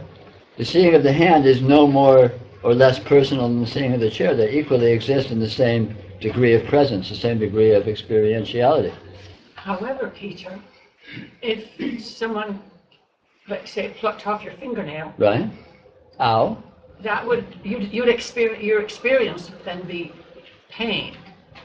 Right. So it's different from the floor in that, you know, I could hammer the floor, but I don't But this is an experience. Yeah, you could say if you that's look, just that experience. but if you look closely, this is the nature of the sense field that we call sensation. The nature of the sense field that we call sensation seems circumstantially to conform to This body. what we call the geometry of this body. But that's kind of circumstantial because in actuality they exist autonomously in their own dimension. I mean, you know, I see this happening in the field of vision, and seemingly correspondingly, I experience phenomena in the sense of touch. But I could, in a dream, someone might throw a rock at me, and the rock might hit me, and I might experience pain or some experience. So circumstantially, it seems to be some degree of correlation. But if I really, all I can say is there seems to be some degree of correlation. And when I try and get down to the bottom of it, again, all I really find is experiential presence, all of which shares essentially identical characteristics of presence, infinite degree of differentiation within the field, never departing from the continuum, what it is. And all of these virtual cross correlations, all you can say is they're virtual cross correlations. You know, it seems as if there's some correlation, but you can't really take it any further than that. I mean, obviously, physiologists do, scientists do. They take it, well, you know, the body exists like this in biochemistry and in neurophysiology and the electrochemistry of the central nervous system and so on and so forth, all of which is fine. But whatever that is going to be, you know, in another 300 years of progress is going to be completely augmented. And another 300 years of progress is going to be completely augmented. And physicists are going to get their hand on it and turn it into virtual fields of probability and, you know, so it doesn't invalidate the sort of empirical functioning of the body, but what that is, if you look for it, ultimately you come to find the same thing, which is ultimately transcendental and unresolvable. Peter, can you check your mic? Jeff says he's got video but no sound. I have a the Justin broadcast is showing full meter. Oh, okay. That's all I can say. So on my end, it looks good. But I don't know, I can't go beyond that. Okay, thank you. Just like we were just talking about. It seems to be working. Obviously it isn't. There you go. If we have somebody that could sign, Right. Like the man at the funeral. Okay, yeah. You could have someone that signs, but Yeah. they might be gibberish. So Peter, could you, I'm just curious, I watched recently, it was on CNN, a program, Heaven and Back or something like that. I don't know if anybody watched it. There were these three very credible people that had, I suppose you call them near-death experiences. or Wonderful. whatever. What fun. Yeah, I mean, it's just very nice. Of course, the neurologist, just what you're talking about. The neurologists say, well, when there's this apparent death, neurologically, you do these things, Right. and you see why in tunnels and that kind of thing. Right. But these were very detailed experiences of what happened to them when they were in this state. Right. And again, the usual thing where they're not their body, Right. they're watching wherever they are. And I found it like very interesting, this sort of, the scientists sort of say, well, no, it's all these neurological events that are going on. So it's very, Right. Well, we can observe phenomena, but to then take the leap that one is primary and the other is an effect. In other words, the experience is an effect, and then the primary phenomena is electrochemistry. You can say that there seems to be experience, and it seems to be just to a large degree correlatable to apparent physiological events. But to suppose that, oh, but this is a effect and this is a cause, this is the actuality and this is a superficiality, is a leap that is unjustifiable. It's like supposing that consciousness is a byproduct of the brain. Well, maybe it is, but you damn well can't prove it. Consciousness, maybe the brain's a byproduct of consciousness. Maybe the consciousness pre-exists and the consciousness grows the body and the brain. Maybe the body and the brain doesn't exist at all and is somehow an instantaneous virtual projection of consciousness, which is, maybe. It's all just hot air. But the fact is, this actuality is what it is, and you can't pin down what it is, so why bother trying to? You can point to apparent correlation or apparent coexistence of apparently, or maybe to some degree, interrelated phenomena. You can point to, well, there seems to be a relationship between this vision and the sense of touch. You can say there seems to be a relation between measurable brain chemistry as measured on particular apparatus and certain experiences that people report. You can say all these things, but all you're saying is there seems to be a cross correlation. Which is about as strong as you can get. You get any stronger, and you're jumping into assertion. You're jumping into belief, you're not being scientific anymore, not being empirical. You're making the assumption that the physiology is primary, which it may or may not be, but you can't prove it. You can't demonstrate it. As an observer, all you can say is, well, that seems to be happening here when this seems to be happening here. And isn't that interesting? Yeah, it's very interesting. But you don't really know what direction. That's the point. That's the point. You can't draw conclusions about functionality. So you mean even though you can see that even though I can count a zillion times doing this, Right. and seeing it and feeling it, and Right. that happens a zillion, million, and zillion times. Sure. Maybe it happens every time. Right, that I experience it. You're saying you still cannot. You can't draw conclusions from that. You can observe the apparent coexistence of correlations between apparently diverse experiential characteristics or experiential presentation, right? The presentation of a certain visual patterns and the presentation of certain sensations or experience in the sense of touch. But other than saying that, what conclusions can you draw?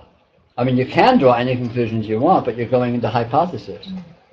So that's our life. I mean, we Yeah. draw conclusions all the time, Yeah. and we think that's a fact. I mean, that. Right. So this is what is really interesting to me, is all the ways that we live our life, totally unconscious to. Yeah, but we don't actually. See, this is the other side of the coin, is we think we're doing that, and we may say we're doing that and pretend we're doing that, but that's not actually what we're doing, because all functioning is actually by direct participation. We may think that our thinking is controlling our functioning, but that's just a thought, that's an idea. Our actual functioning is direct energy engagement. You don't walk by thinking it. No. Your thoughts don't know how to walk. But You don't drive a car by thinking it. Your car But by gets off. drawing conclusions, which Right. is how I typically get from A to B. Right. But even drawing conclusions looks as if it's a logical activity, but what's really happening? Just because there's thoughts and argument and I'm making apparent logic interrelation, but there's more going on than that. There's engagement of consciousness, there's engagement of intuition, there's all kinds of, participation, call it consciousness participation, I mean, God knows what, right?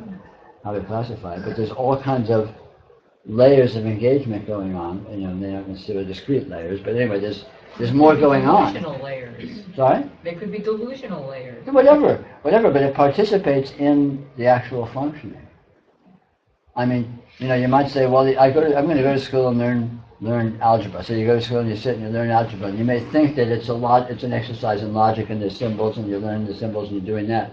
But there's so much more going on than that at the same time. So the idea that the logic is actually doing it is an assertion. Because you're sitting there, you're watching patterns.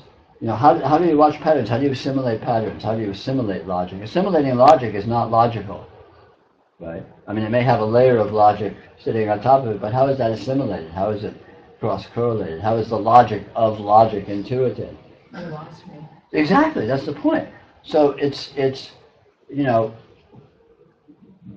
whatever we do multidimensionally through direct engagement, and much, or perhaps a great deal, of the proportionality of that is irrational and not logical and not verbal and not conceptual. Or even that which is logical still is based on assumption. For example, this is the old cliche that it only takes one black sheep to prove that not all sheep are white. Sure, and logic isn't actually logical. Logic is not done by logic. You don't decide to be logical through a process of logical exercise. So logic emerges out of irrationality. And even the idea that logic is logical or is powerful is ultimately an irrational notion and emerges from irrationality. We're primarily irrational creatures, and rationality emerges from that and appears coherent within that. It's like, this book, I didn't read the book, but I read about the book called Blink. Has anyone read it? What's it called? Blink. It's one of those that I own, but I've never read. Yeah, maybe you can talk. One day you'll pull it down and go, wow, this is what I want. But I think, you can correct me if I'm wrong, Peter, his premise was that in Blink, they asked them questions like, all the research they're doing, would ask people who will win the election or some other question, and got the immediate answer like that. Blink. That was the answer.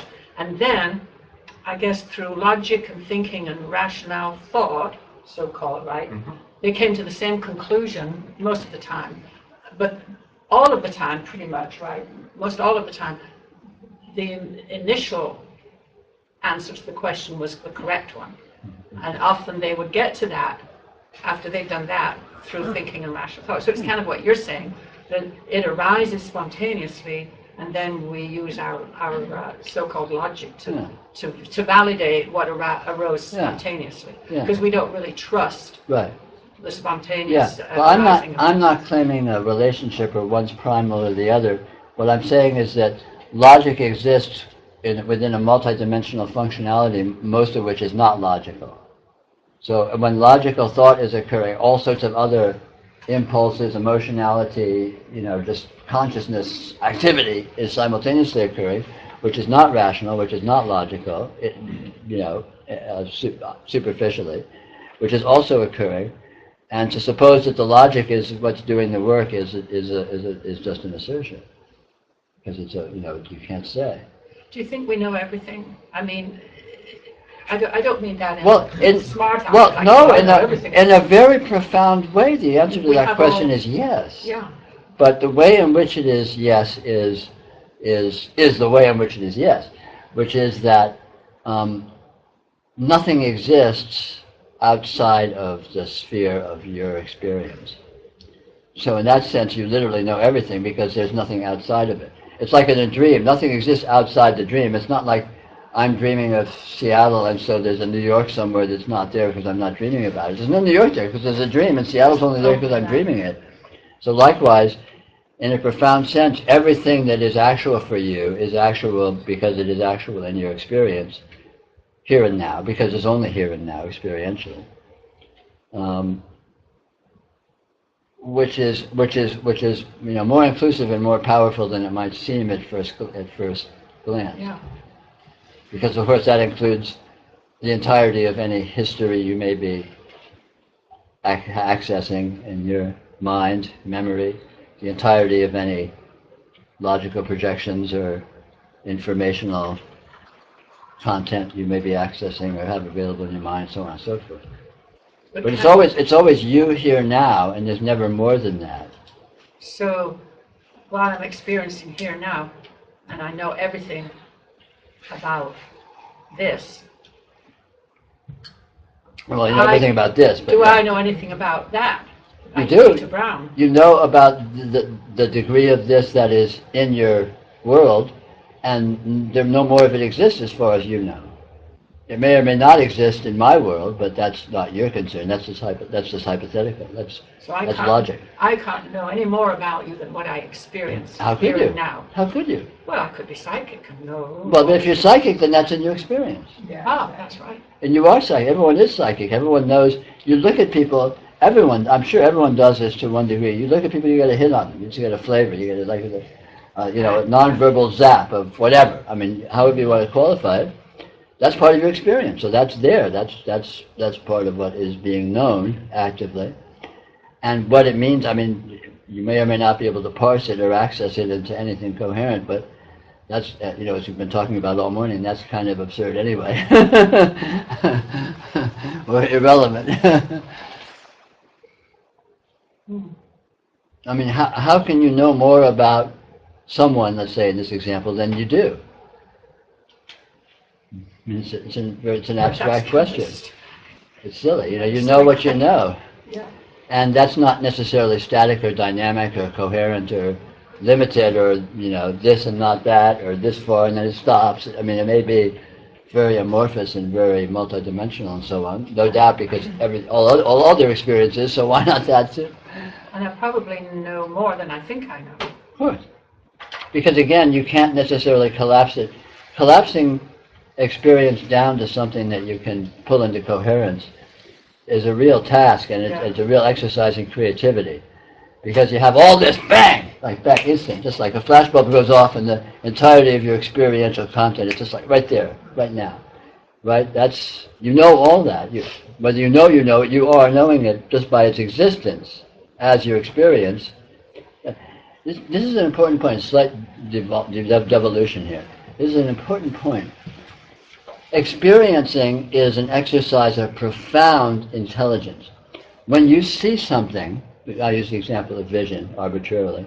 When you see something, it's not like it's just, oh, I see it, it's just there. On the contrary, the intelligence instantaneously, with inconceivable rapidity and potency, integrates an entirety of a whole symphony, a universe of experiential characteristics into actuality and engages with it with absolute intimacy. Even if it's just out of the corner of your eye, it's fuzzy, but it's still there, it's real. And your intelligence is doing that with the entire experiential field in real time. I mean, this is absurd if you think about it. It's astounding power, it's astounding functionality that the intelligence can do this. And you are this intelligence. So, it's, as humans in the human paradigm, maybe you're thinking, oh, my intelligence is me, you're over here mulling over things, right? But your intelligence is all of this appearing. Bang! I mean, Jesus Christ, that's a huge informational content, just in the field of vision alone. Simultaneously, field of sensation, sound, blah, blah, blah, mentality, subtle, emotion, I mean, God knows what. You can't start categorizing experiential fields. You're going to be here forever. And yet instantly, in real time, your experiential intelligence, bang, is intimately hooks on all of it. It's always full blown. Always full blown. Presence Always, yeah. presence is an activity. Presence is an engagement. When you see something, you're mating with it. It's like this. Yeah. It's not like just it just happens to be over there and it's just sitting there and it's just sort of a non-event. On the contrary, it's a very active engagement. And look at this. Look at the bandwidth. I mean, just in your field of vision alone, instantaneously, your consciousness your intelligence has the power to, have a real-time, instantaneously refreshing snapshot of everything. Right? I mean, this is awesome. Talk about computing power. I mean, this is just awesome potency. And you are this intelligence. This intelligence you are. It's doing your metabolism. It's doing all of your more explicit functionality, moving your body and walking and talking and thinking and everything. It's doing all of this in real time, improvising, making it up as it goes along. It's astounding. It's absolutely astounding. Anyway, that was a bit of a digression. What were we talking about? I know, that was pretty cool. I think so. Never fails to impress me. Well, it's like what you were saying about vision. I'm sure other people noticed it. We're sitting here and when we've got all this data coming in, then a few leaves fell. Yeah. And pow! Yeah. Just what you Instantly. say. There's no. Yeah, I'm still looking over there, but I'm aware the leaves. Yeah. No, it's inconceivable power. It's inconceivable functionality. It almost seems like and it's effortless, instantaneous. Effortless, yeah. All the naming that we do, like leaves falling or whatever, is just the most superficial layer. Exactly on so. Layering. Yeah, it's taking all of this universe of instantaneous information, chaotic information that is highly patterned, but exactly what the patterns are is open-ended, and the intelligence also can parse it out and say, oh, these are people and so and so and so, and I know this person just said such and such, and I can remember what they said, and come up with a response. And I mean, just all of that stuff is like as an afterthought, almost relative to the actual engagement of instantaneous experiencing, which is very active. It's a very engaged, dynamic process. How can you say something about, like, I don't know, something Sandra said, but how do we know when we recognize something as true? And I don't mean like, because the neuroscientist said, well, because your synapses fire blah blah blah or whatever. Yeah. I mean, when you just have that knowingness, how do we know? Well, exactly. How do you know? It's miraculous. How does that happen? It is. It seems like it's got to be more superficial recognition. How does that know? How can you recognize me? You see this pattern, and how do you go? Oh, it's Peter. I've seen him before. How does that happen? Out of the zillions of patterns. Yeah, I mean, that is amazing. Yeah, and you can't. No one can say how that happens or what it is, and yet effortlessly, bang, it happens instantly.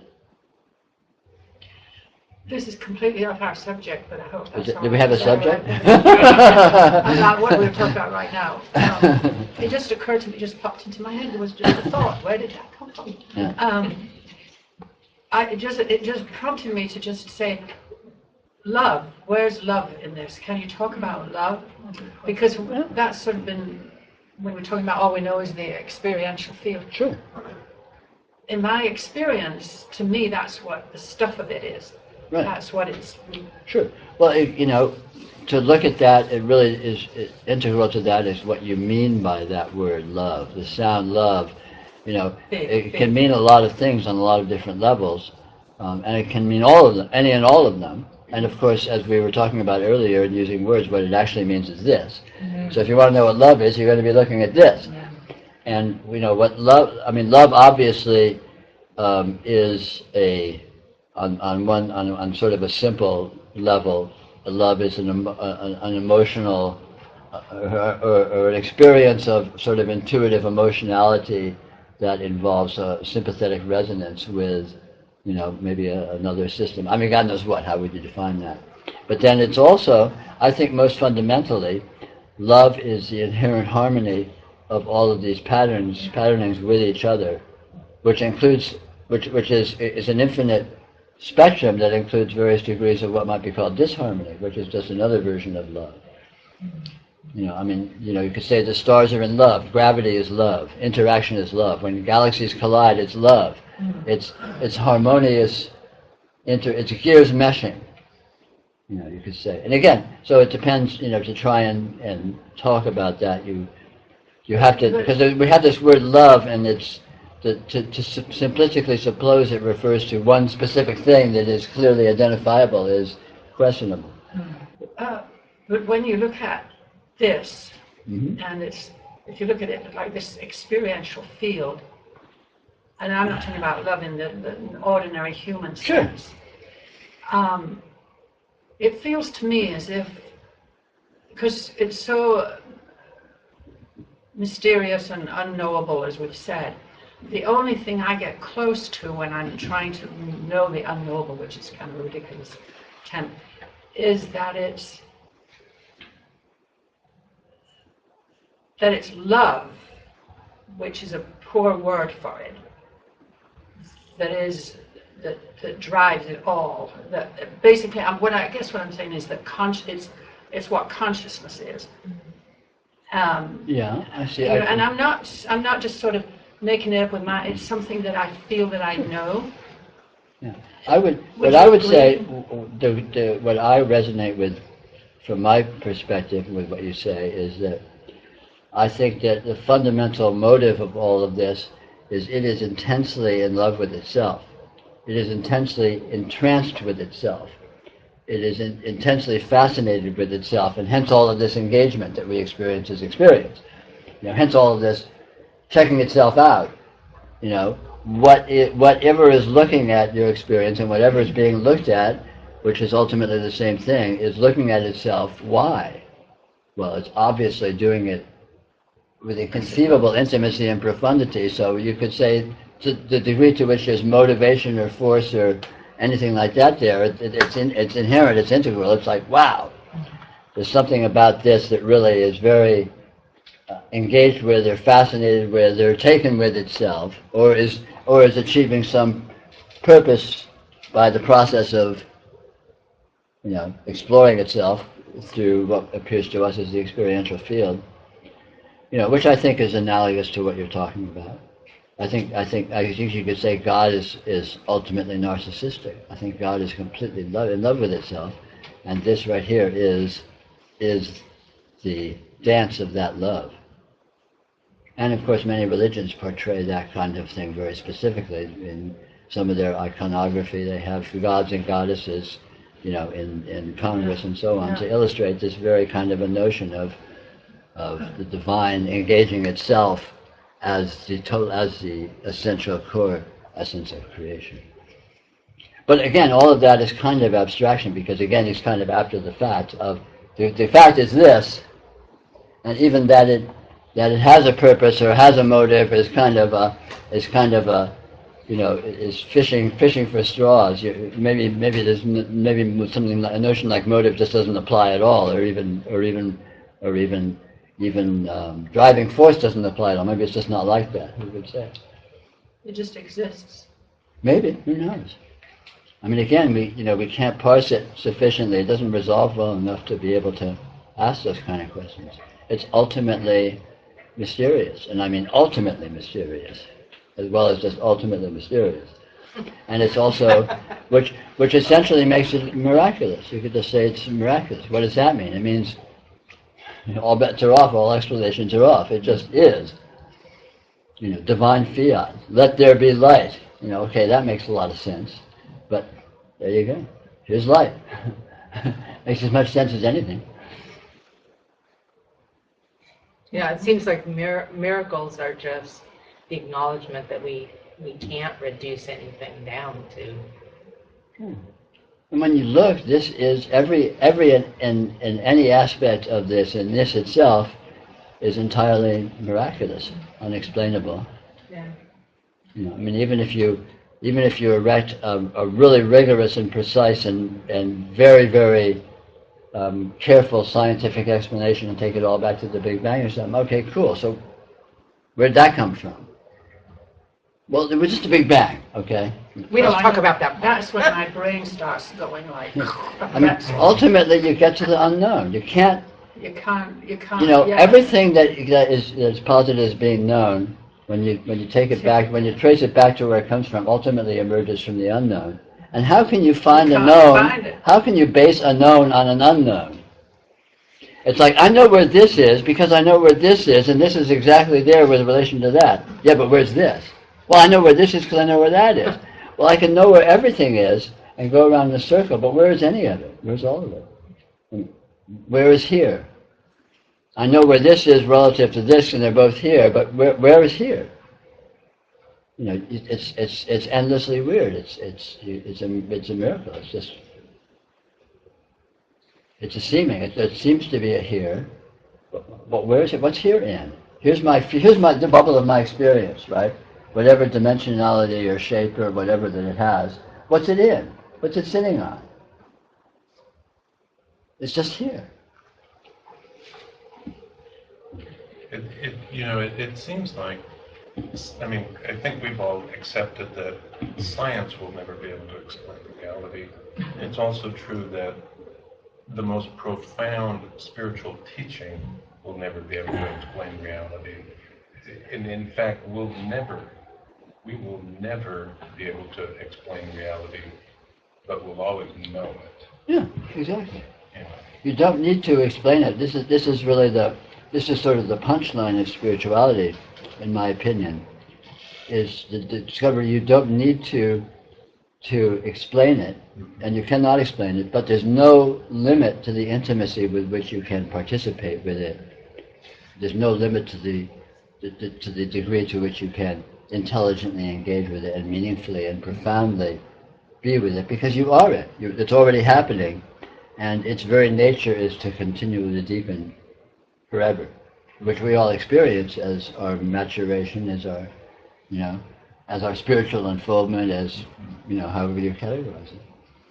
Experience is continually morphing and appreciating itself more and more and getting more and more refined and sensitive and delicate and recalibrating itself to itself on an ongoing basis forever, as far as we know, right? And this is the actuality of spirituality. Is basically life, being yourself, which is obviously an ongoing proposition.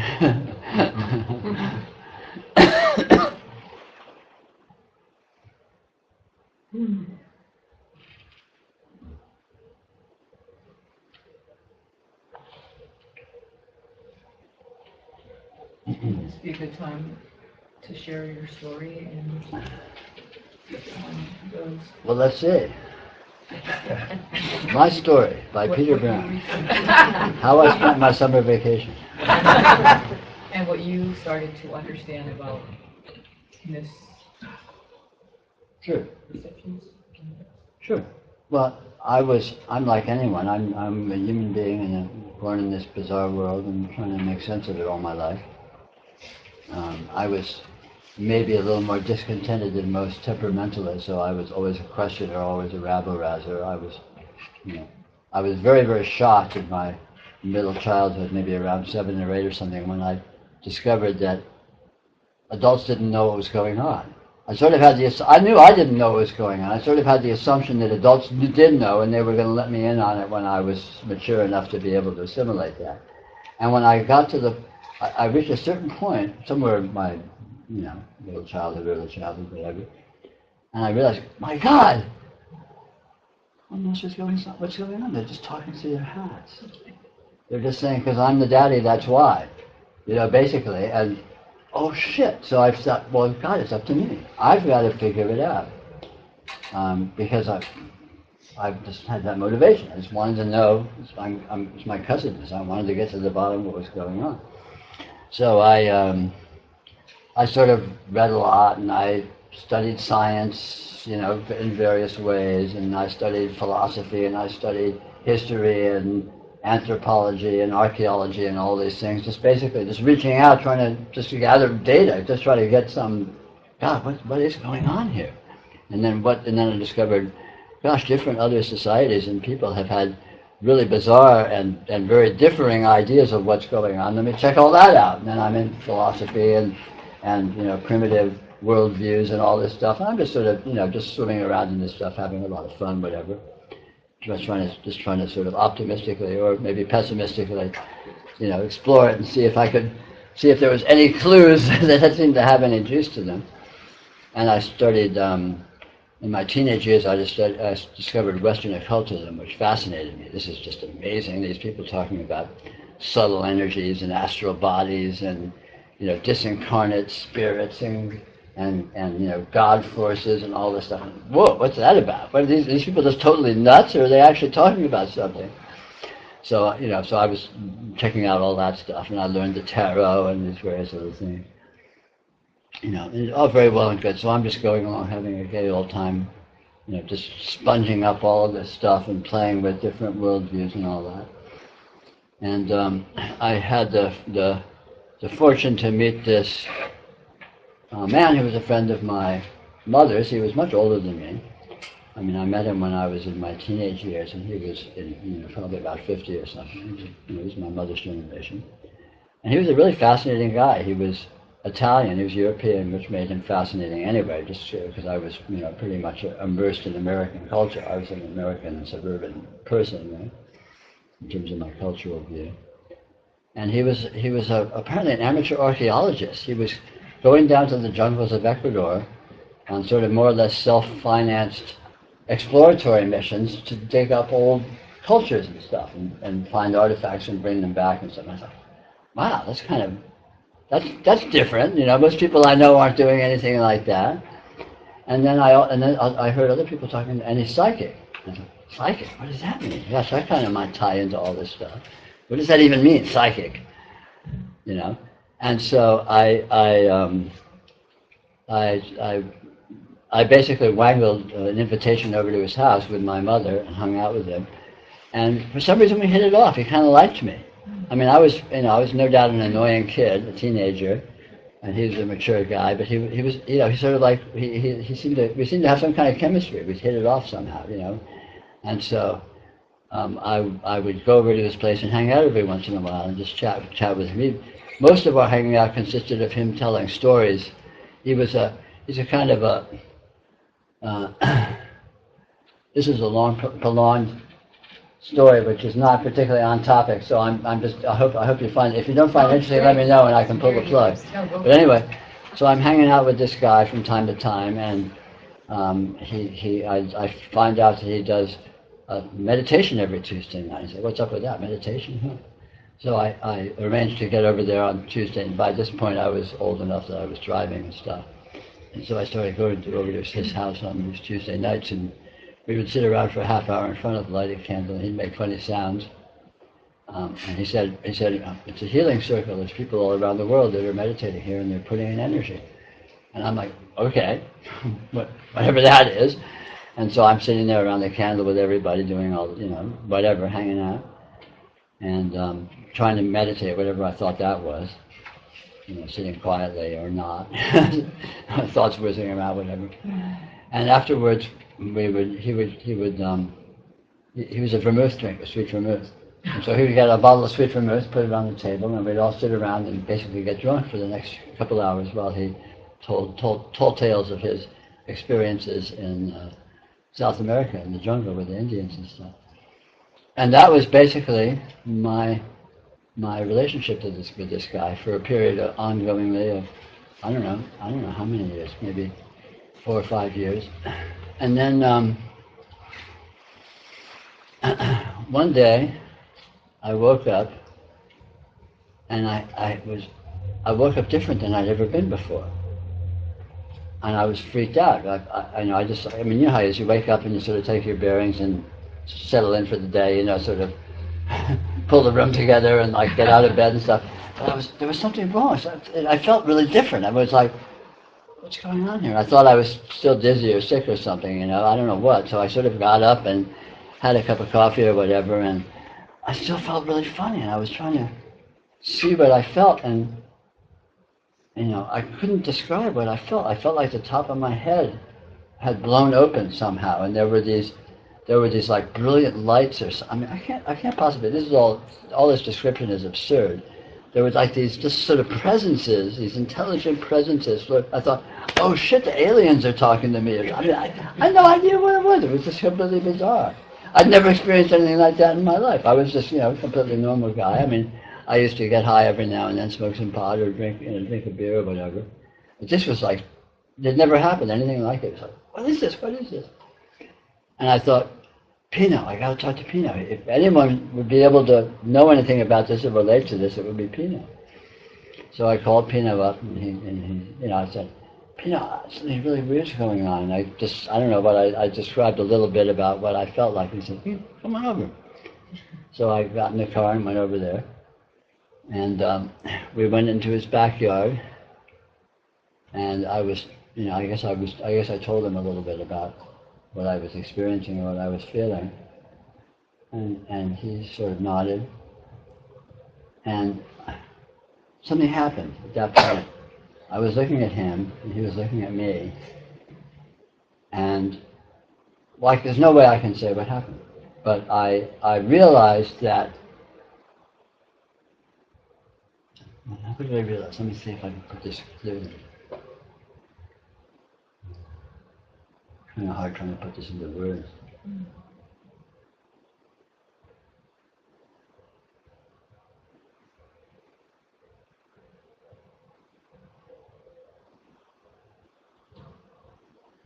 I realized that this openness that I found myself plunked down in was where he was. That he was that, and I realized that he could see that I was that, and there was this astounding intimacy of, I saw him and where he was, and in seeing him and where he was, I saw myself and where I was, is probably the clearest way I can put it. And that, of course, doesn't translate very well.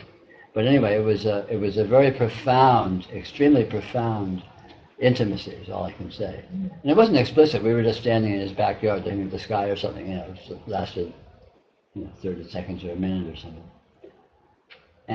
But at that point, something happened. At that point, it's like he was another me. I was him somehow. There was just this absolute intimacy, And we went in the house, and he fixed a sandwich, fixed the sandwiches, and we had a sandwich and sat around and chatted a bit. But, he wasn't a spiritual teacher. He wasn't particularly spiritual at all. He was just a really unique person who had a really unique perspective. And through, for some reason, if any, I seem to have stumbled on it or resonated with it in some way, and he essentially verified it just through being what he was, and through the connection that I discovered. And in the course of this, we talked a little bit afterwards, and I can't remember exactly what he said to me. He was not particularly. He was a very intelligent person, but he wasn't a scholarly intelligence. He was a kind of an adventurer. He was a man of action, sort of temperamentally. So he didn't. He would speak sort of in small cryptic phrases rather than in long-winded, drawn-out explanations like I tend to do. Apologies, by the way. But anyway, we chatted a bit, and he said a few things to me, and everything he said just clicked. Wow, And it wasn't anything, I can't even remember what he said to me. But it was all just sort of reinforcing and verifying and validating what I was experiencing, or what I resonated we were experiencing. It was a kind of a very, very, very profound, intimate sharing in a kind of an open dimensionality I had never known before. And so anyway, over the course of the next few weeks, this didn't go away. I felt like I'd had an aneurysm or something. My experience just felt different. My inhabiting my body felt different. Just my whole orientation of my experience. It felt, literally, palpably felt different. And so I sort of lived with this, of course, over the next few weeks or whatever, and I kind of settled into it and began to, it was less of a shock factor of just, whoa, hold the phone kind of thing, and more of just being with the subtlety of it. And I discovered there was a profound kind of a download of implications that I was getting from it. It was, sort of, I could discover, I found I could sort of, by just sort of feeling this and being with this, there was an amazing amount of implication and information that was there that could kind of be mined just by noticing it, by being with it. And so I did this specifically for the next couple of weeks. And long story short, or very long story, not quite so long,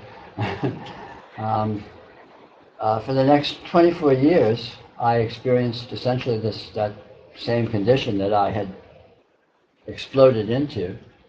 But I was confused about it because I felt kind of schizophrenic, because part of me was experiencing this amazing condition, this very nonlinear, very palpable, actual condition, and part of me was my pathetic neurotic personality with all of its neuroses and wants and needs and all this other stuff, and somehow I couldn't see the way in which those two coexisted. So I was kind of living in two worlds simultaneously, and it was very disorienting to me.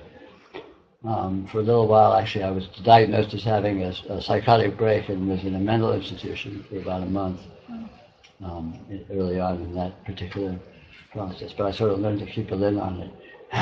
They let me out again. I learned to not try and explain things to people. Until you had a good group. Well, this is long after that fact. But anyway, because of course I was naive at this point. At this point of this event that I've been talking about, I was in my early 20s, and I was sort of naive, and I thought I'd made this amazing discovery, and of course I wanted to share it with people. Isn't this exciting? Wow, the universe isn't really here. It's all in your head. Anyway, I guess I wasn't very convincing. Or I didn't put it very well anyway. So, but anyway, so for the next 20-some years, I was kind of living in two worlds simultaneously, and they didn't seem to have a whole lot in common, and it was very disorienting to me. So on the one hand, I was sort of being this human being struggling through life, doing my best, and, you know how life is. You do what you do, and it sometimes works, and it kind of doesn't a lot, and you sort of compromise in real life, right? And this other part of me is just, wow, all this, and I can continue to be with this, and you get all this sort of implication and nuance, and it was profound and meaningful and sort of self-verifying, but it didn't seem to have a lot to do with my shitty life. The difficulties of being, actually seeming to be a person. And so there was this kind of, I just felt like I was living in two worlds simultaneously. I sort of learned how to do it. I kind of learned to compartmentalize, learned to not, I became very comfortable in a way, sort of being two people simultaneously, one of whom was a not particularly functional human, and the other of whom is amazing transcendence. And then one day, in 1997, it was February, I was sitting in my living room in an easy chair, and I was just sitting there thinking about something, and it all clicked. Everything just, the two worlds stopped being two worlds, and it just was, I saw the way everything worked together. And it wasn't as a process of logic or anything, it was just as a process of having, I guess, I can suppose, it's a process of having lived with it long enough that I somehow, some kind of unconscious integration or assimilation took place, and all of a sudden somehow it just all clicked, and there was no more dichotomy, there was no more, this versus that somehow had completely mutually exclusive logics to them or something. And that was like, oh, it was almost a non-event, it was just a look. Like that, and,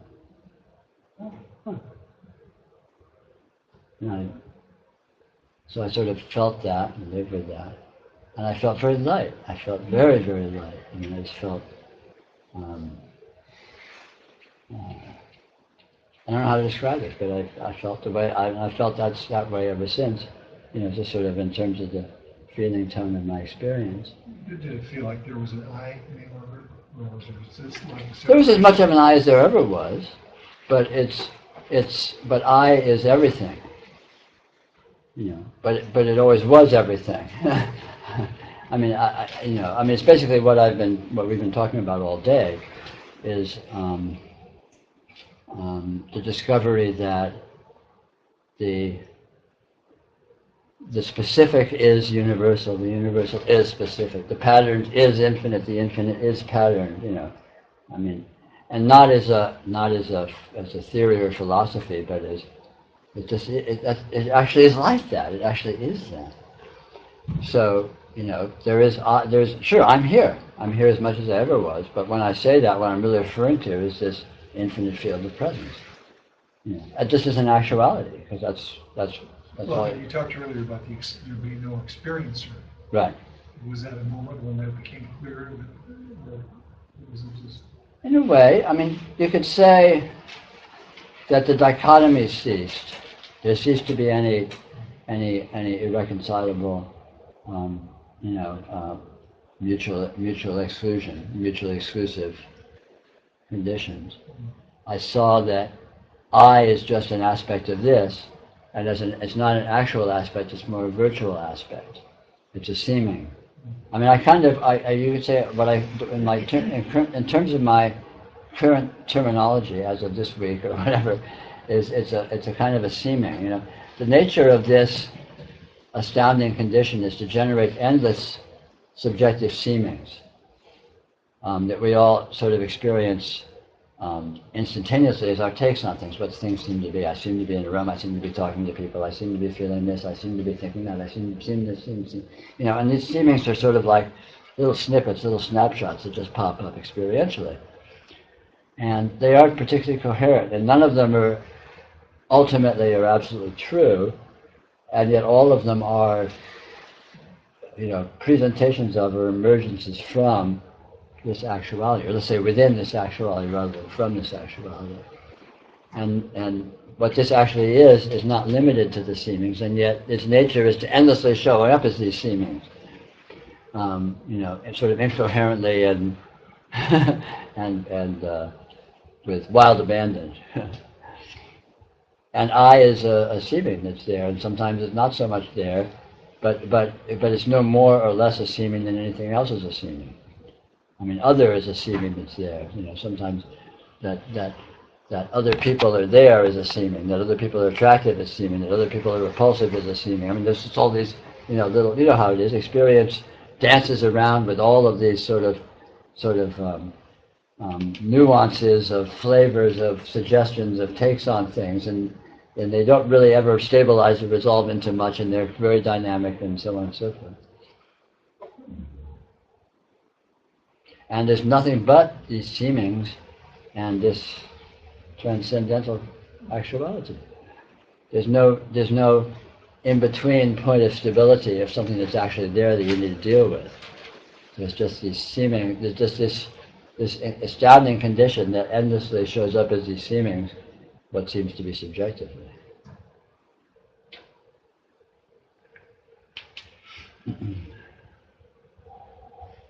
And on that note, why don't we take a little 5-minute break just so we don't all go bonkers, stir crazy. Too late. Yeah, right. And then afterwards, maybe you'll talk more about how you started to reconcile. Sure, you can. Yeah, you can ask me. We'll have to knock off at about 3, so let's try and keep it to about 5 minutes. Just, you know, get up and stretch, have a tea, whatever. And if we can reconvene, then we can get another 40 minutes, 45 minutes. Okay. Now we're all going to do Simon Says. Follow me. You are? Yeah. I thought you were being serious. No. Doesn't hurt to try,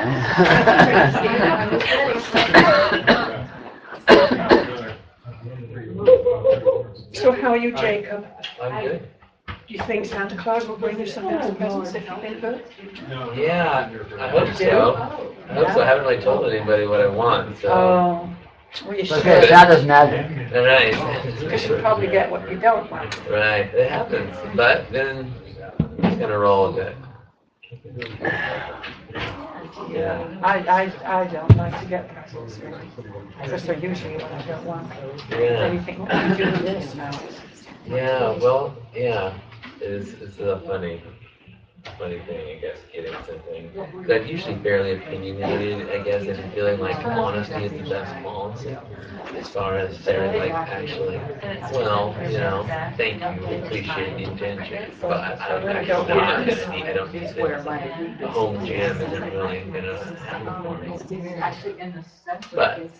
But, you know, so it's good. I kind of find it. I like Yeah, I just reaching to pick up the cat, and I just, You know what, I just, that's what turned. that's what. The doctor said that your body says something about it, you have to, because you made a certain movement to just spasm, to protect itself. So it's just twist, I mean, that's Yeah. where I had finally like, and yeah, you know, I got an X-ray and Oh, and then he said, yeah, he gave me an order for an X-ray. So, really was. and for what is the X-ray? I'm all about my grandchildren because they're, yeah. whatever this. They'll That lie. really, yeah, I have something there, but this stuff really. Yeah. at least my son wants to buy a new monitor. So it's like at the very bottom. Yeah, right here. Oh, cool. So that's. Yeah. That's nice. Yeah, I like more of the handmade gifts. In general, I do personally, I think I like. I mean, I'm sure I like if there's a more of a like just making gifts. And I do myself too. I mean, rather than people just come out and. That's just my quirk, I think. That's just kind of what I. Yeah. I mean, I don't consider myself. This is so bad, I just got so super dizzy. Well, I like Christmas, but I'm more of a gift. I like giving Yeah, gifts. and I just Good had to gifts, throw myself love on the it. floor. And I like giving gifts. I didn't know what else to do. Because I feel like Because I I couldn't. seem to give fairly good gifts. I can get a pretty good read on. Well, you know, people generally think, So never that I was like, I wow. an X-ray to see I what's went to going get on. my grocery and everything. This was after 2 hours. And I knew I wanted it, so I went in with a specific time. So I was only in one. So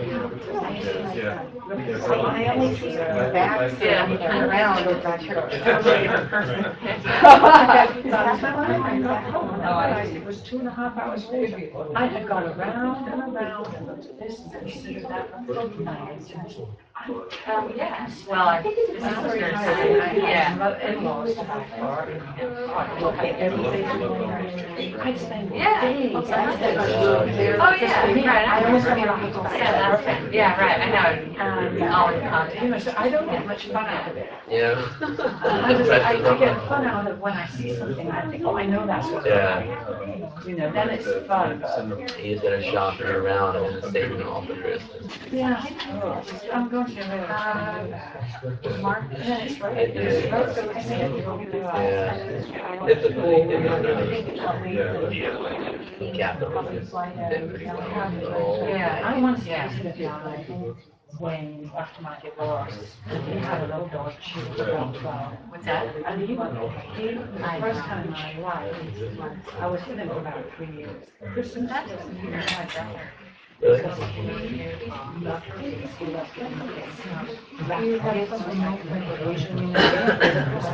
Cool. Just right down there.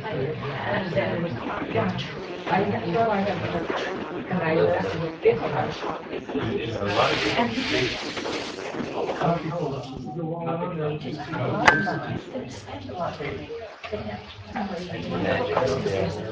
Oh, that's cool. So when I looked at it through his eyes, I saw how beautiful it could be.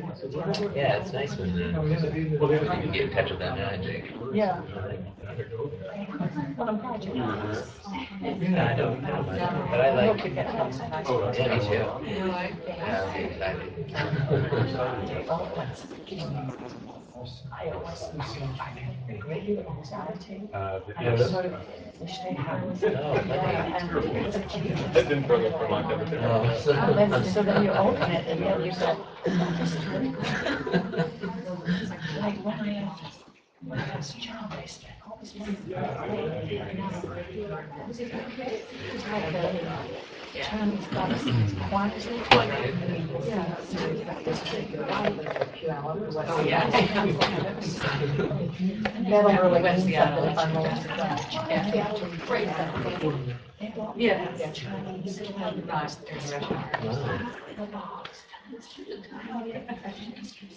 Ann, tell me not to drop this on the floor, okay? Drop that on the floor.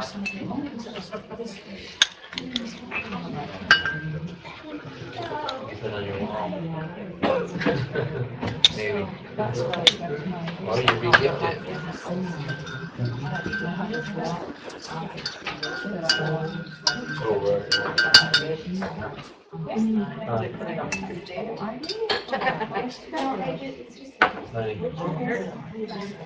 Free table's pretty interesting right now. Did you notice I was very careful? Yeah, you were good. I know the good ones. I'm like Santa Claus. I know who's naughty and nice. Because I thought, I'm not going to leave a them. whole bunch of stuff on the table, nobody else, and then you cut it up. So I keep, and I thought, it doesn't disappear, I'll bring it myself. But it disappears like there. Yeah. I've been pretty much all. Oh, that's good. That means that's high quality stuff. And I didn't put, I dumped a lot of stuff that I didn't put. I didn't. Yeah. I found Janice was helpful. Yeah, like half an old bottle of brake fluid. I mean, I didn't. I'm like, just keep walking. The dumpsters, you're halfway there. Well, we're mostly back, so why don't we resume? I'm unfortunately, I'm gonna have to knock off at about 3 to make a plane, but we still have a good little stretch of time to hang out together. I'd like to say that telling my story, that a version of it like that is not particularly relevant to anyone, but hopefully it has some entertainment value. Well, I think it can be helpful to listen to how, because I think these experiences manifest in slightly different ways to different people. In radically different ways. Yeah. Everyone is unique. I mean, this is one of the challenges in spirituality, is you want to sort of hear how it is for somebody, because the projection is that's going to be for me. What's their past? So so my past is going to be. It's not like that at all. Everyone's a one-off. Everyone's completely a one-off. It's not helpful to have expectations. Exactly. Of what it might Yeah. be like. Yeah. I mean, the spiritual past consists of genuinely being yourself, and what you are is absolutely unique, and your past, what it looks like, and what the chain of events and circumstances seems to be, is absolutely unique. And it may or may not have some degree of similarity with other people's reports, but not necessarily. Or how you want. Maybe you do it all completely different, entirely. And that's okay, because Absolutely. it's hard when you hear, you do all this comparison. I Of find course. myself, you Of hear course. their story, oh, that's not what's Sure. happening to When me. you- Maybe I'm like totally off track. Exactly, and that's just a way of generating self-doubt. Yes. It's almost much better to not hear anything about anyone else and just make it up yourself and trust your own, your own intuition, your own process. Can you say something about that negative self-talk, the commentator, the thing Sure. that's, and that's. Sure. It's all bullshit. Ignore it. All right. Thanks a lot. Thanks. I've been trying. It's really persistent. Well,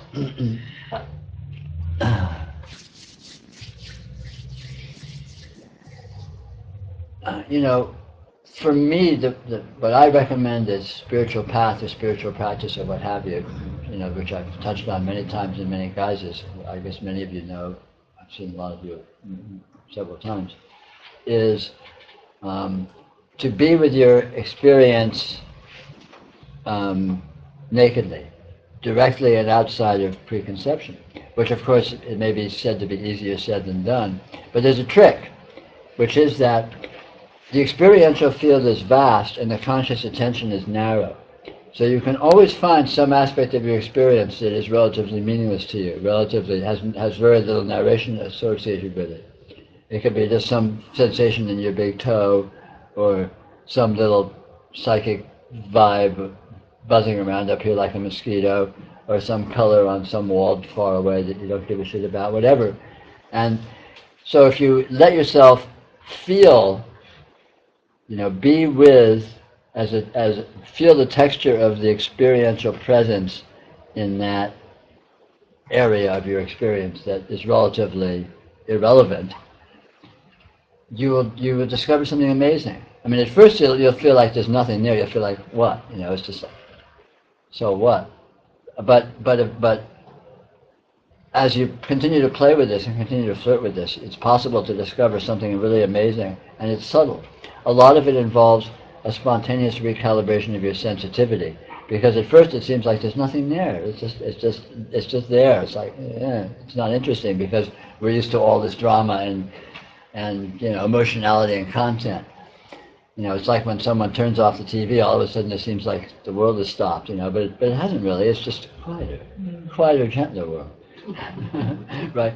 But that's sort of silly, but it's analogous to that. So when you continue to play with being with your experience in some portion of it that is just neutral for you, that's just meaningless, you just have no investment in one way or the other, you'll find yourself spontaneously recalibrating your sensitivity, and you'll begin to get, wow, this is what you begin to be with what experience itself is, instead of being distracted by your narration and your likes and your dislikes and your wanting to change it and what you're going to do about it tomorrow and just the whole drama. And as you develop more and more familiarity and more sensitivity to being able to engage with experience itself, you'll develop chops, you'll develop ability to be with experience where it's a little more content-filled in terms of personal involvement. And as you build up chops with that, you'll be able to be with experiences even more content-filled, and ultimately be able to be with any and all of your experience as experience, rather than instantly getting sucked up into your story. So it's a matter of it's a kind of a sensitivity training, of training yourself to be sensitive to the presence of experience itself, rather, which of course is all that you're ever experiencing, but we have this very strange paradox of all of this narration and emotional reactivity and everything that seems to occur as an overlay on experience that distracts us and sucks us in and pulls us away from noticing the experience itself. It's very much like when you watch TV, you get sucked up into the show and you're no longer noticing the TV. Or when you go to a movie. Or when you go to a movie, all you're seeing is flashing lights on a screen, right? But of course you don't notice the flashing lights on the screen. You're all sucked up into the drama and the hero and the heroine and the plot and who's going to win and all this stuff, whatever, right?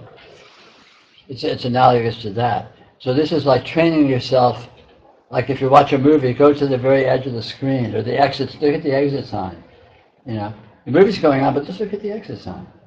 It's analogous to that, and it's like, whole nother layer. The exit sign's kind of boring compared to the movie at first, but after a while you go, oh wow, light. And then you look back at the movie, oh look, the movie's just light too. And you're kind of retraining yourself to notice or to appreciate the substance or the actual presence of experience itself, rather than jumping right away into the plot line, into the interpretation. And I missed how you said you started that just by sitting quietly. No, typically it involves some degree of sitting quietly, but that's not the point. The point is to be with some portion of your experience that you have absolutely no interpretation or investment on. Something that's completely irrelevant to you. Something you have no story about. It can be the sound of a bird in the tree, or a car driving by in traffic, or looking at the sky in between the clouds, or and just being with that. Or feeling the feeling of your little toe on your left foot, and just be with the presence of that experience and feel what experience feels like. And it'll be easier to be with something in that cat. And you sort of play with this, you flirt with it, you discover what works, and you'll find it's possible to be with experience itself rather than something that means something that has some story or some excitement or some winning and losing involved with it. So it's basically sensitivity training to becoming sensitive to the experience itself, because we typically are such such interpretation junkies. We typically get sucked into our narration and our this and our that, and what's it mean to me, and do I like it or not, or am I in favor of that or not? I mean, there's a whole, we're all very familiar with this, right? And so when you embark and when you follow through with this kind of a training program or exploration for a while and develop some sensitivity to experience itself as experience, the relative predominance of the narration will tend to recede. It won't stop, but it doesn't need to stop. But it, as important or as being the sole thing that's happening, as being a knee-jerk thing, if we go to the narration, will tend to recede. And this includes self-assessment and all, the whole neurotic drama and all that. It just sort of diminishes in urgency or in importance, and as experience itself sort of grows as an actual content. And experience turns out to be fascinating and interesting and valuable and meaningful and profound, and it teaches you whole new ways of being and seeing, because it's so strange and non-linear and sort of amorphous, and it's pregnant with value, but it's its own kind of value. It's not a value that is human at all, that you can talk about or even think about, and yet it's palpable. And so you develop a new appreciation. It's like developing a taste for something. You develop a new taste. I think that's really well put and really helpful. Yeah. In part because it seems like something that we can do, and Yeah. I assume that our doing something is just kind of a part of the illusion. Yeah, well, yes and no, but on the other hand, experience is ongoing and experience is actual, and this is just taking advantage of experience. It's taking advantage of the nature of experience itself. Yeah. Experience is always checking itself out, Yeah. and you may have, theory be damned, you may have some degree of being able to notice, to focus on this as opposed to that, and so this is just taking advantage of that loophole. Yeah. And being with something, instead of just going right to your normal addictions or your normal obsessions, being with something that's sort of been swept off the table is irrelevant, and if you do that with some degree of repetition, you develop a new sensitivity to what it's like. What is experience like when you're not all torqued up about it? Yeah. When you just don't know, when you don't have an opinion about it at all, just experience itself. Just I don't know. What's that like? And it basically, that can recalibrate your whole aesthetic sense and your whole relationship to experience. Yeah, I think that's really good and really helpful, and I think probably most of us here kind of live in two worlds anyway. Mm-hmm. I think, and I think your description of that and kind of what to do with that is good. Good. Yeah, you probably wouldn't have the stomach for sitting through hours of this kind of I don't know what, if you didn't have some obvious engagement with it. It would make it, I was just going to say, what you're talking about creates more spaciousness too. It's like your experience gets bigger. It seemingly does that, but you discover the inherent spaciousness that experience is, which of course you can put it that way. You create more spaciousness, but you're actually discovering the inherent spaciousness, the inherent profundity of non-human drama. What is experience when it's just here? And typically we're basically, most humans are in a social context are sucked up into being drama queens, drama addicts. What's this about? Who's the bad guys? Who's the good guys? What do I like? What do I hate? You want the dirt, you want the gossip, as opposed to just, the particular shade of green and that color in the corner. It's like, who cares? What's the dirt? But wait a minute, check it out. There's something there. You can trick yourself. You can go in and just pick an arbitrary part of them and say, there's something there. I don't see anything. Okay, cool. There's something there. And after a while, you go, there is something there. Can't say what it is, but there's something there. And it's acknowledging a whole new level of subtlety that we typically bypass because we jump right to the juice, we jump right to the dirt. And again, of course, as you point out, a lot of that is we're the star of the show, and we're typically the victim or the villain of the show as well. And so there's all of this, self-loathing and involvement and criticism and whatever it is, right? There's always particularly juicy, and of course we jump right to that. And We hate it, but we love to hate it. Over for sometimes for me for weeks and turned into Sure. months. Oh yeah. But I Sure. had a weird experience with the critic, my inner critic last night. I like going to bed and my mind was going and I couldn't get to sleep, and then all of a sudden I had this experience that I was like standing in the hall of mirrors, reflecting off and off, and I'm looking at myself, and when that reflected off, and then I started to see the faces of all the people that I was speaking with last night, and could see their story and their inner critic, but then I couldn't distinguish between what my story and my inner critic and their story and their inner critic, and then it just sort of shot up into, and I went, oh, what the hell was that? Nice. But that's it. I mean, it's just all sound and fury for nothing. Yeah, and we all do it, and it doesn't. It's bullshit, like you just said to me first. The first thing. And bullshit is obviously a silly way to characterize it, but it's not what it seems to be. But it is. It's not what it seems to be. It's not as profound as what it seems to be. It's not as true as it seems to be.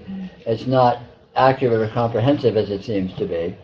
It's a kind of an energy stream, an energy vortex or whirlpool that has developed and become self-perpetuating as an emotional orientation or what have you. I mean, that's kind of... feed it just keeps... Yeah, well, it feeds itself. Its nature is to be attractive, and so it sucks you in, and being sucked in, you're feeding it. So it sort of self-perpetuates. And so what I'm proposing is kind of an antidote to that, you're not addressing that at all, you're just bypassing it altogether. You're not trying to solve the problem.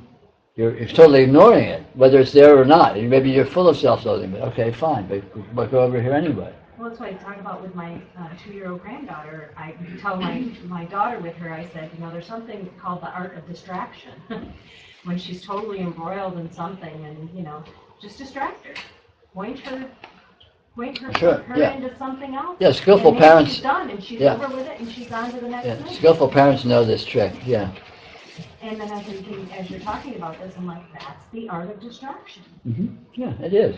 But it's being distracted not from something to something else, but it's being distracted from content to raw experience.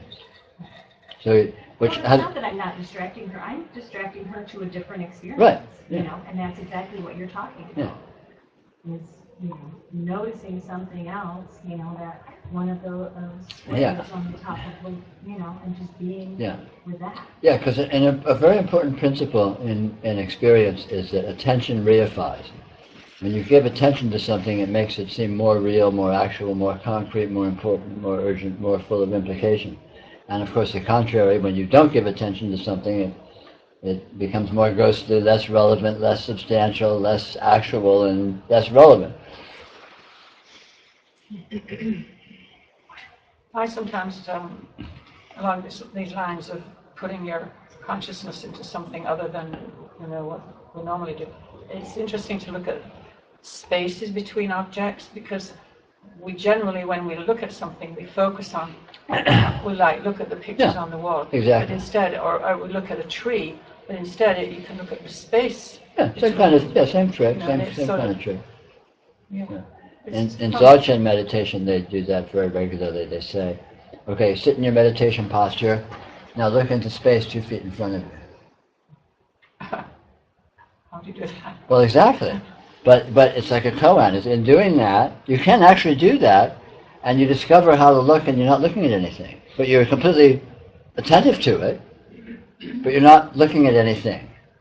And again, it just the experience of doing that for any duration recalibrates your whole sense of what potential objects are, and then you discover the objectivity of experience itself, rather than needing to be a focus of a particular patterning of some shape, a colorful shape or whatever, right?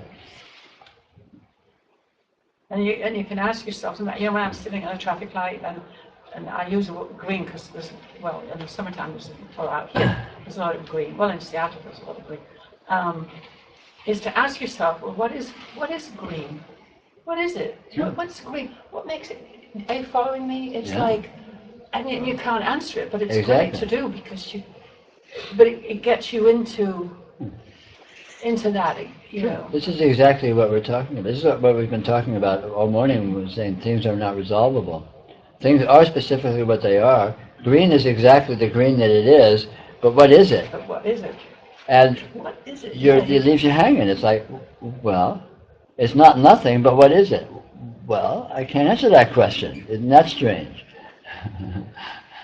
It is, isn't it? So conceptions that you discovered that were unconscious that you... Yeah. I'd be interested in. Oh, I see. Oh, yeah. It's not so much discovering conceptions.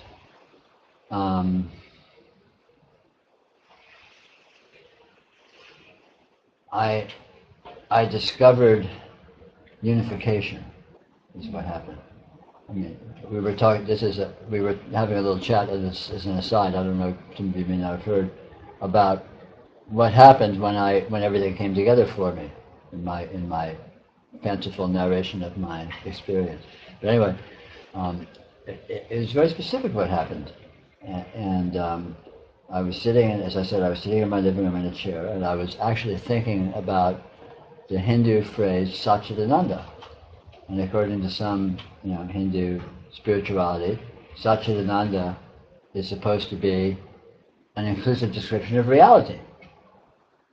And that's what I was thinking. Satchidananda. Okay, being consciousness bliss. Being consciousness bliss. What is that actually? Well, being I get. Okay, there's being. I have no problem with that. Being is for real. Yeah, being is on board. Okay, cool. Check off side. And consciousness. Well, yeah, consciousness, or the fact of intelligent, engaged experiencing, whatever you want. Okay, consciousness, cool. That's self-evident again. Check it out. Bliss.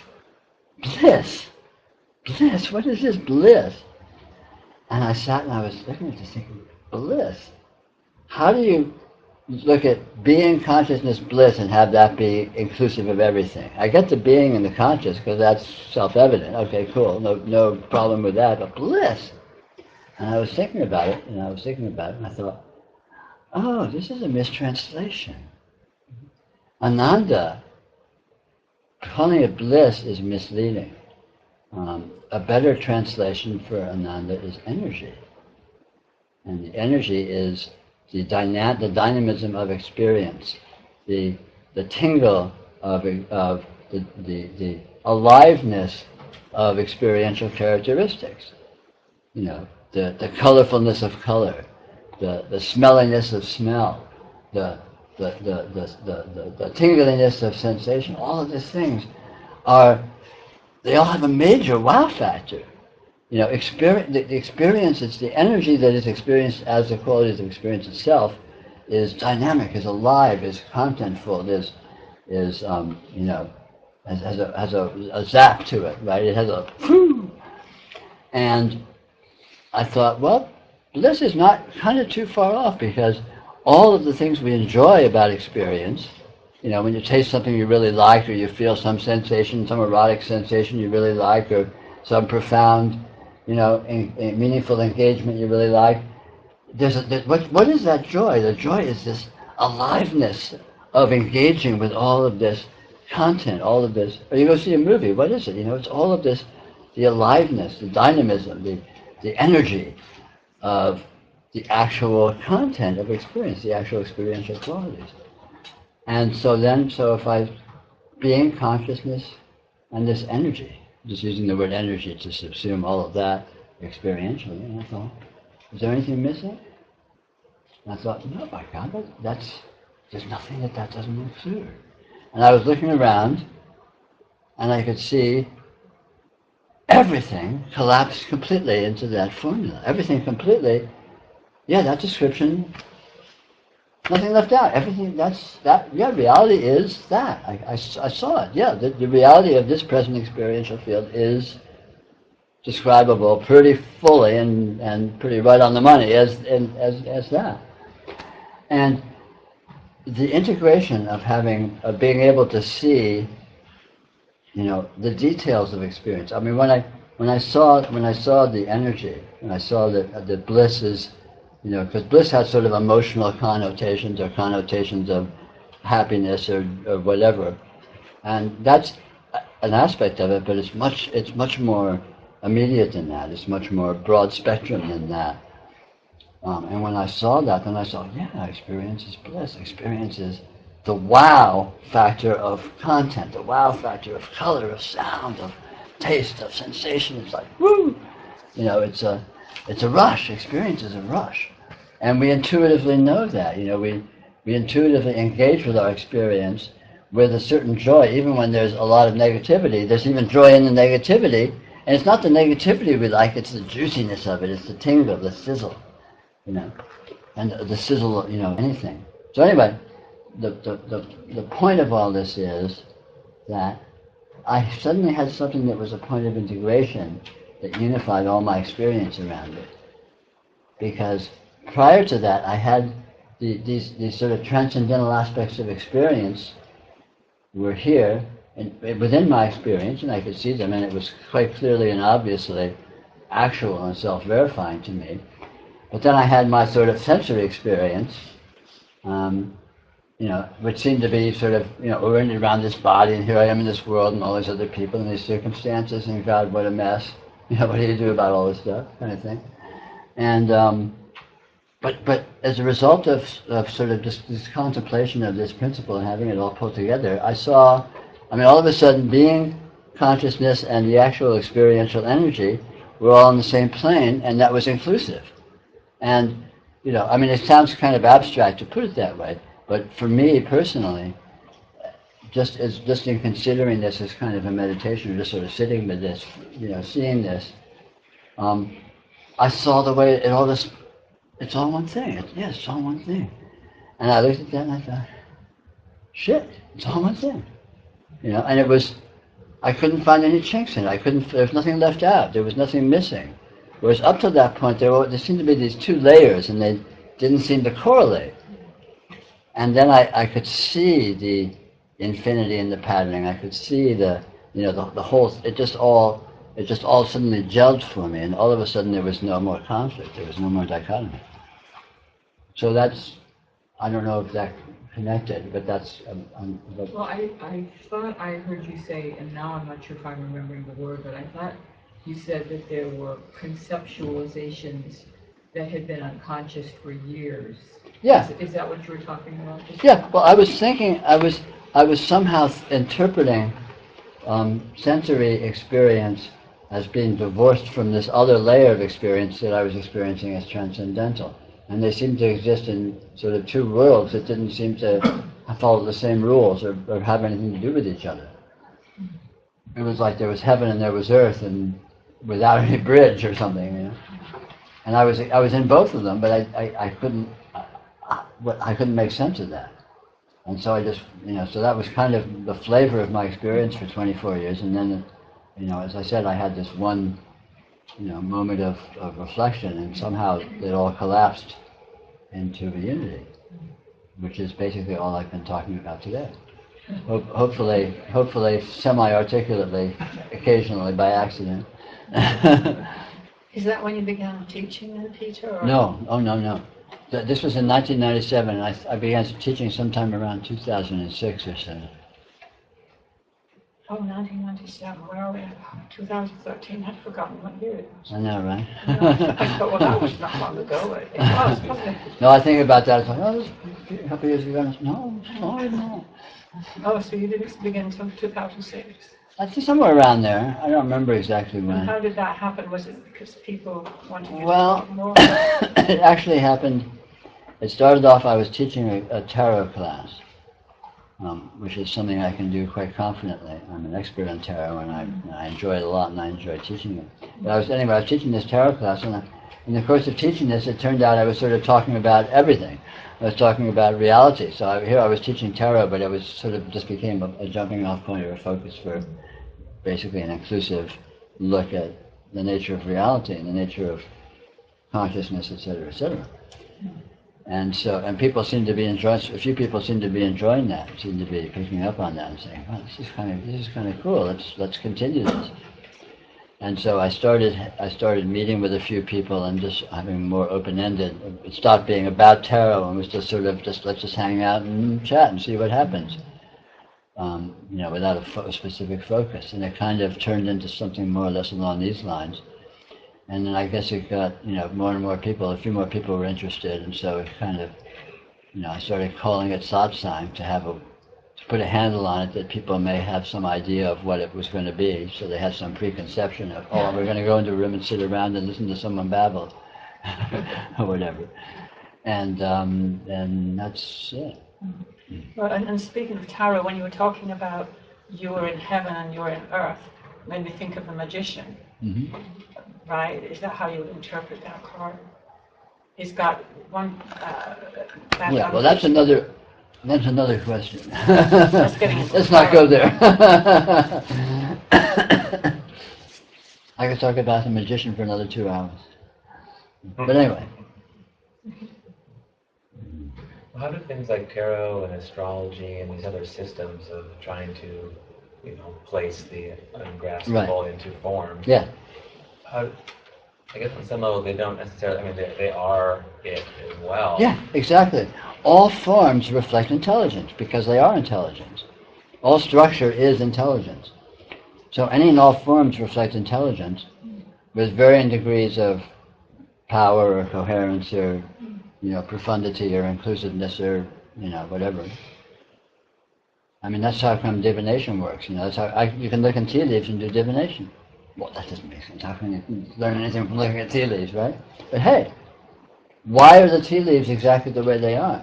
They're exactly the way they are for the same reason the clouds are exactly the way they are for the same reason you're sitting in exactly the chairs you are.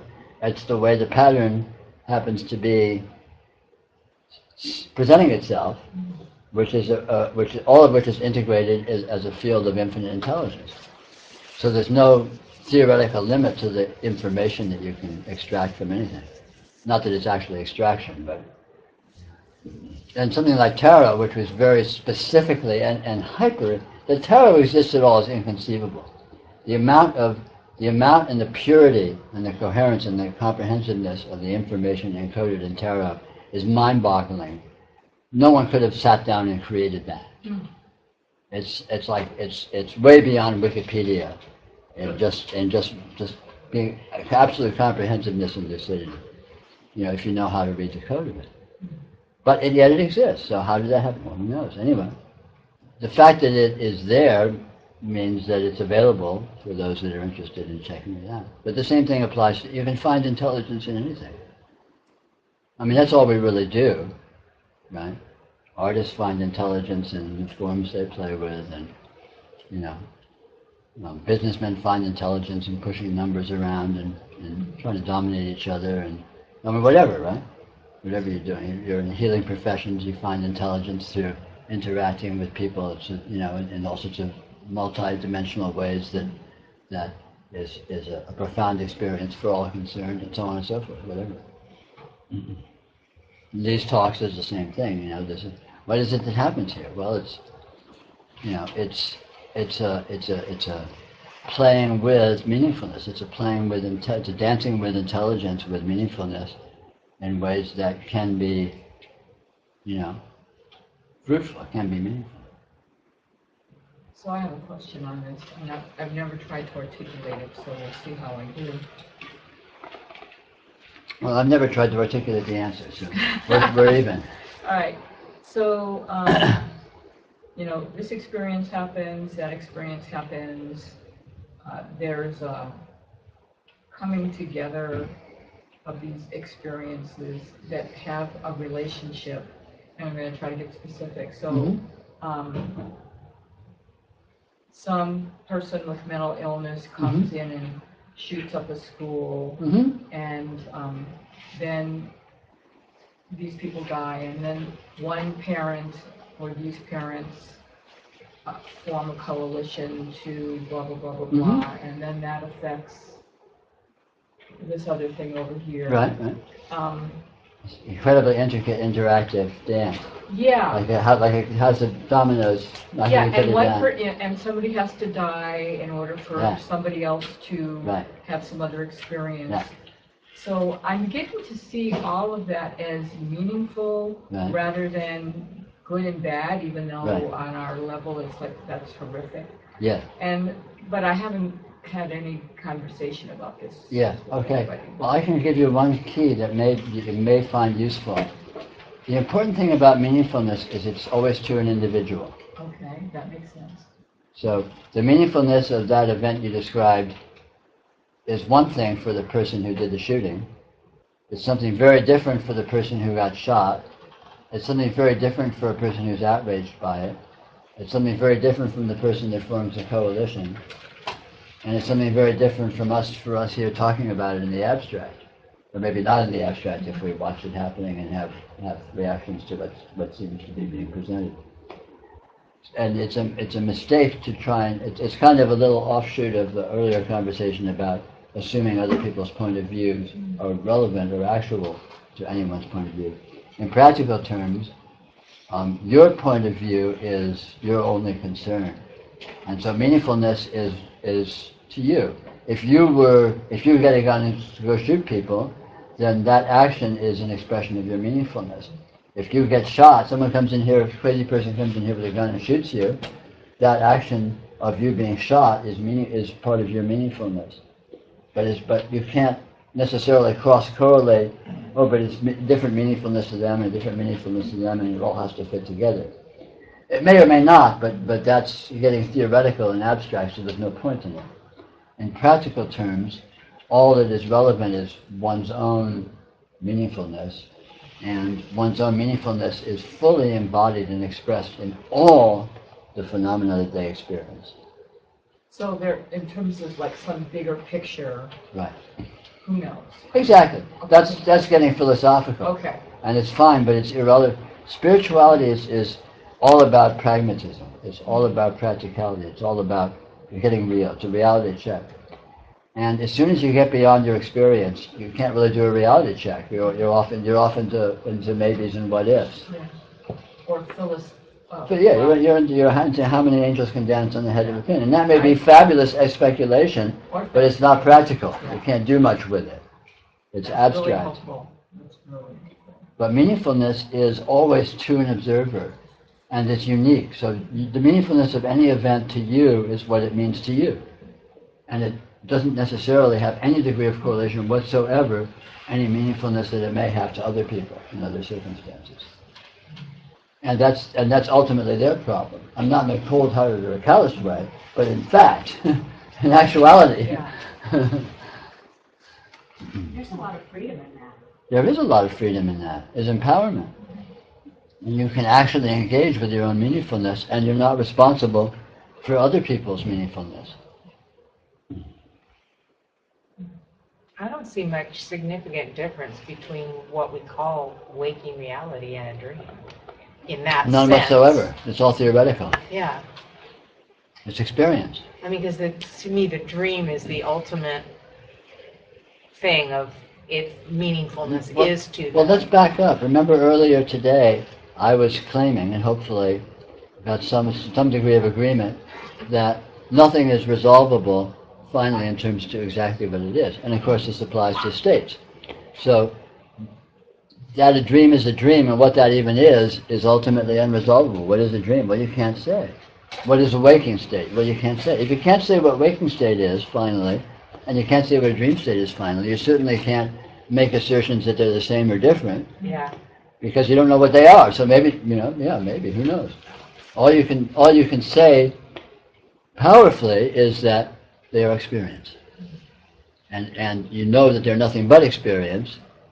And if they are subsets of experience and are different or the same, that's their business, because you'll never know. Right? Mm-hmm. So we have this condition we think of as waking, as dream, as sleep. We call it that in the waking state. I mean, look at the bias here. What do you call the waking state when you're asleep? You don't call it anything. Yeah. It doesn't exist. Right? What do you call the waking state when you're dreaming? Right. What do you call a dream when you're awake? It's apples and oranges. What do you call it when you're not dreaming or awake? Yeah. What do you call it when you're dead? Let you know. Exactly. You know, it's like Get back to you on that one. the point is that nothing is resolvable. Everything is pure mystery, but it's not mystery in a theoretical sense. It's this actual mystery that is right here, right now, always and eternally. By eternally, I don't mean forever so much as beyond time. Time is not a concern because it's always now. So what is this time stuff anyway? It always looks different, but it's always now. Sometimes now looks light, sometimes it looks dark, sometimes it looks like sleeping, sometimes it looks like dreaming, but it's always now, and it's always here. It can look like anything, but it is always just exactly this. And you can't find the past, and that really annoys me sometimes because, I'll have flashbacks, not traumatic flashbacks, but I think Proust wrote about that, remembrance of things past you. And it'll come unbidden, maybe it's when I'm going to sleep and this just comes like that. This powerful, like I can almost be there, it feels so real to me. And it makes me sad because I want to hold it, but I can't because it's... Can't hold it. There's nothing. I think I'm kind of a greedy person because I want to hold things and possess things and have things, and I can't. It's a fantasy. There's nothing that is stable enough or resolvable enough to hold. Can't hold anything. Can't hold it. Experience is elusive. It's slippery. It's like mercury. It slips through your fingers. You can't stabilize it. You can't stop it. You can't find it. Right? It doesn't exist. So why do? Well, it may or may not exist. It exists in the way it does experientially. It exists when it comes back. But it's no longer past. When the past exists, it's the present. It exists in the present as memory. Yeah. Or whatever. I mean, you can't say, since you can't pin it down or define it ultimately anyway, you can't say how it exists, but it's certainly a strong seeming. You can say that. There's all kinds of seemings that seem to be past or past related or something, and what they are is, it's just a question mark. But what everything is a question mark, so no surprise. What the present is a question mark. You can't find the past, but you can't find the present either, right? I mean, it never goes away, but what is it? I mean, try and find the present moment. You can't find it. You can't find it. You can't say what it is. There's no it. It's actual, but it's not resolvable. It's not graspable. It has no center. It has no body. It has no handle. It has no edges. It has nothing you can hook onto. You can't point to it or... Can't even point to it, and you can't point away from it. Can't point to anything but it. I mean, point to the present. What else are you going to point to? But I mean, as you're saying, reality is a great mystery, but the comfort is that we can experience the mystery. It's a mystery, but it's actual. I mean, this is huge. It's actual. It's right here. It's available. It's completely addressable, completely engageable, without limit of profundity and meaningfulness and juiciness and value. So, I mean, that's the really good news. The really good spiritual news is, reality is right here. Dive in, swim around, drink it up. There's no limit to how enjoyable it is. And it's really just a matter of discovering the potentialities of availing yourself of that by letting go of holding it as being small and little and lifeless, which is what we do when we abstract it and interpret it in our imagination. Yeah.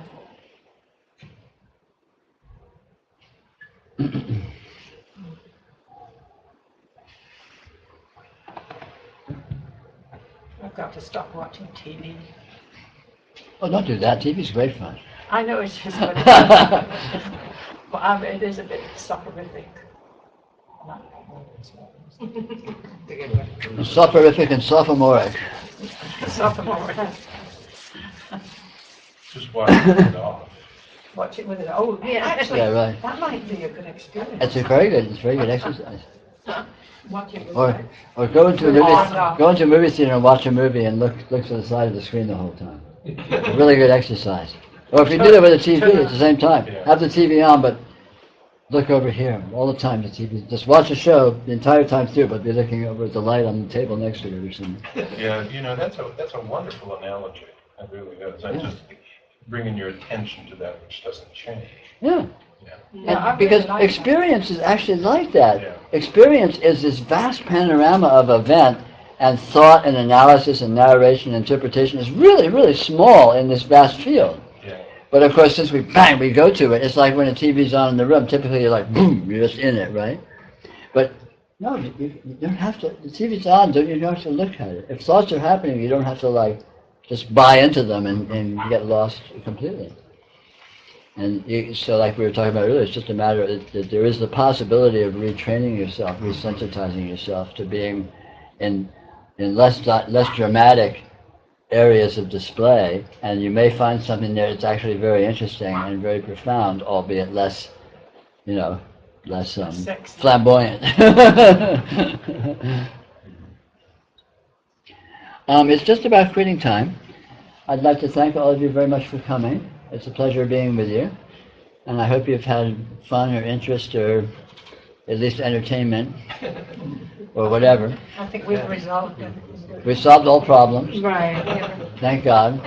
World peace and universal brotherhood now prevail. Love conquers all. Thanks for coming up. Yeah, my thank pleasure. you, Peter. Thanks for having me. Are you going to come back? Yeah. I will be here 2 months. Okay. In 2 months. Do you have a place?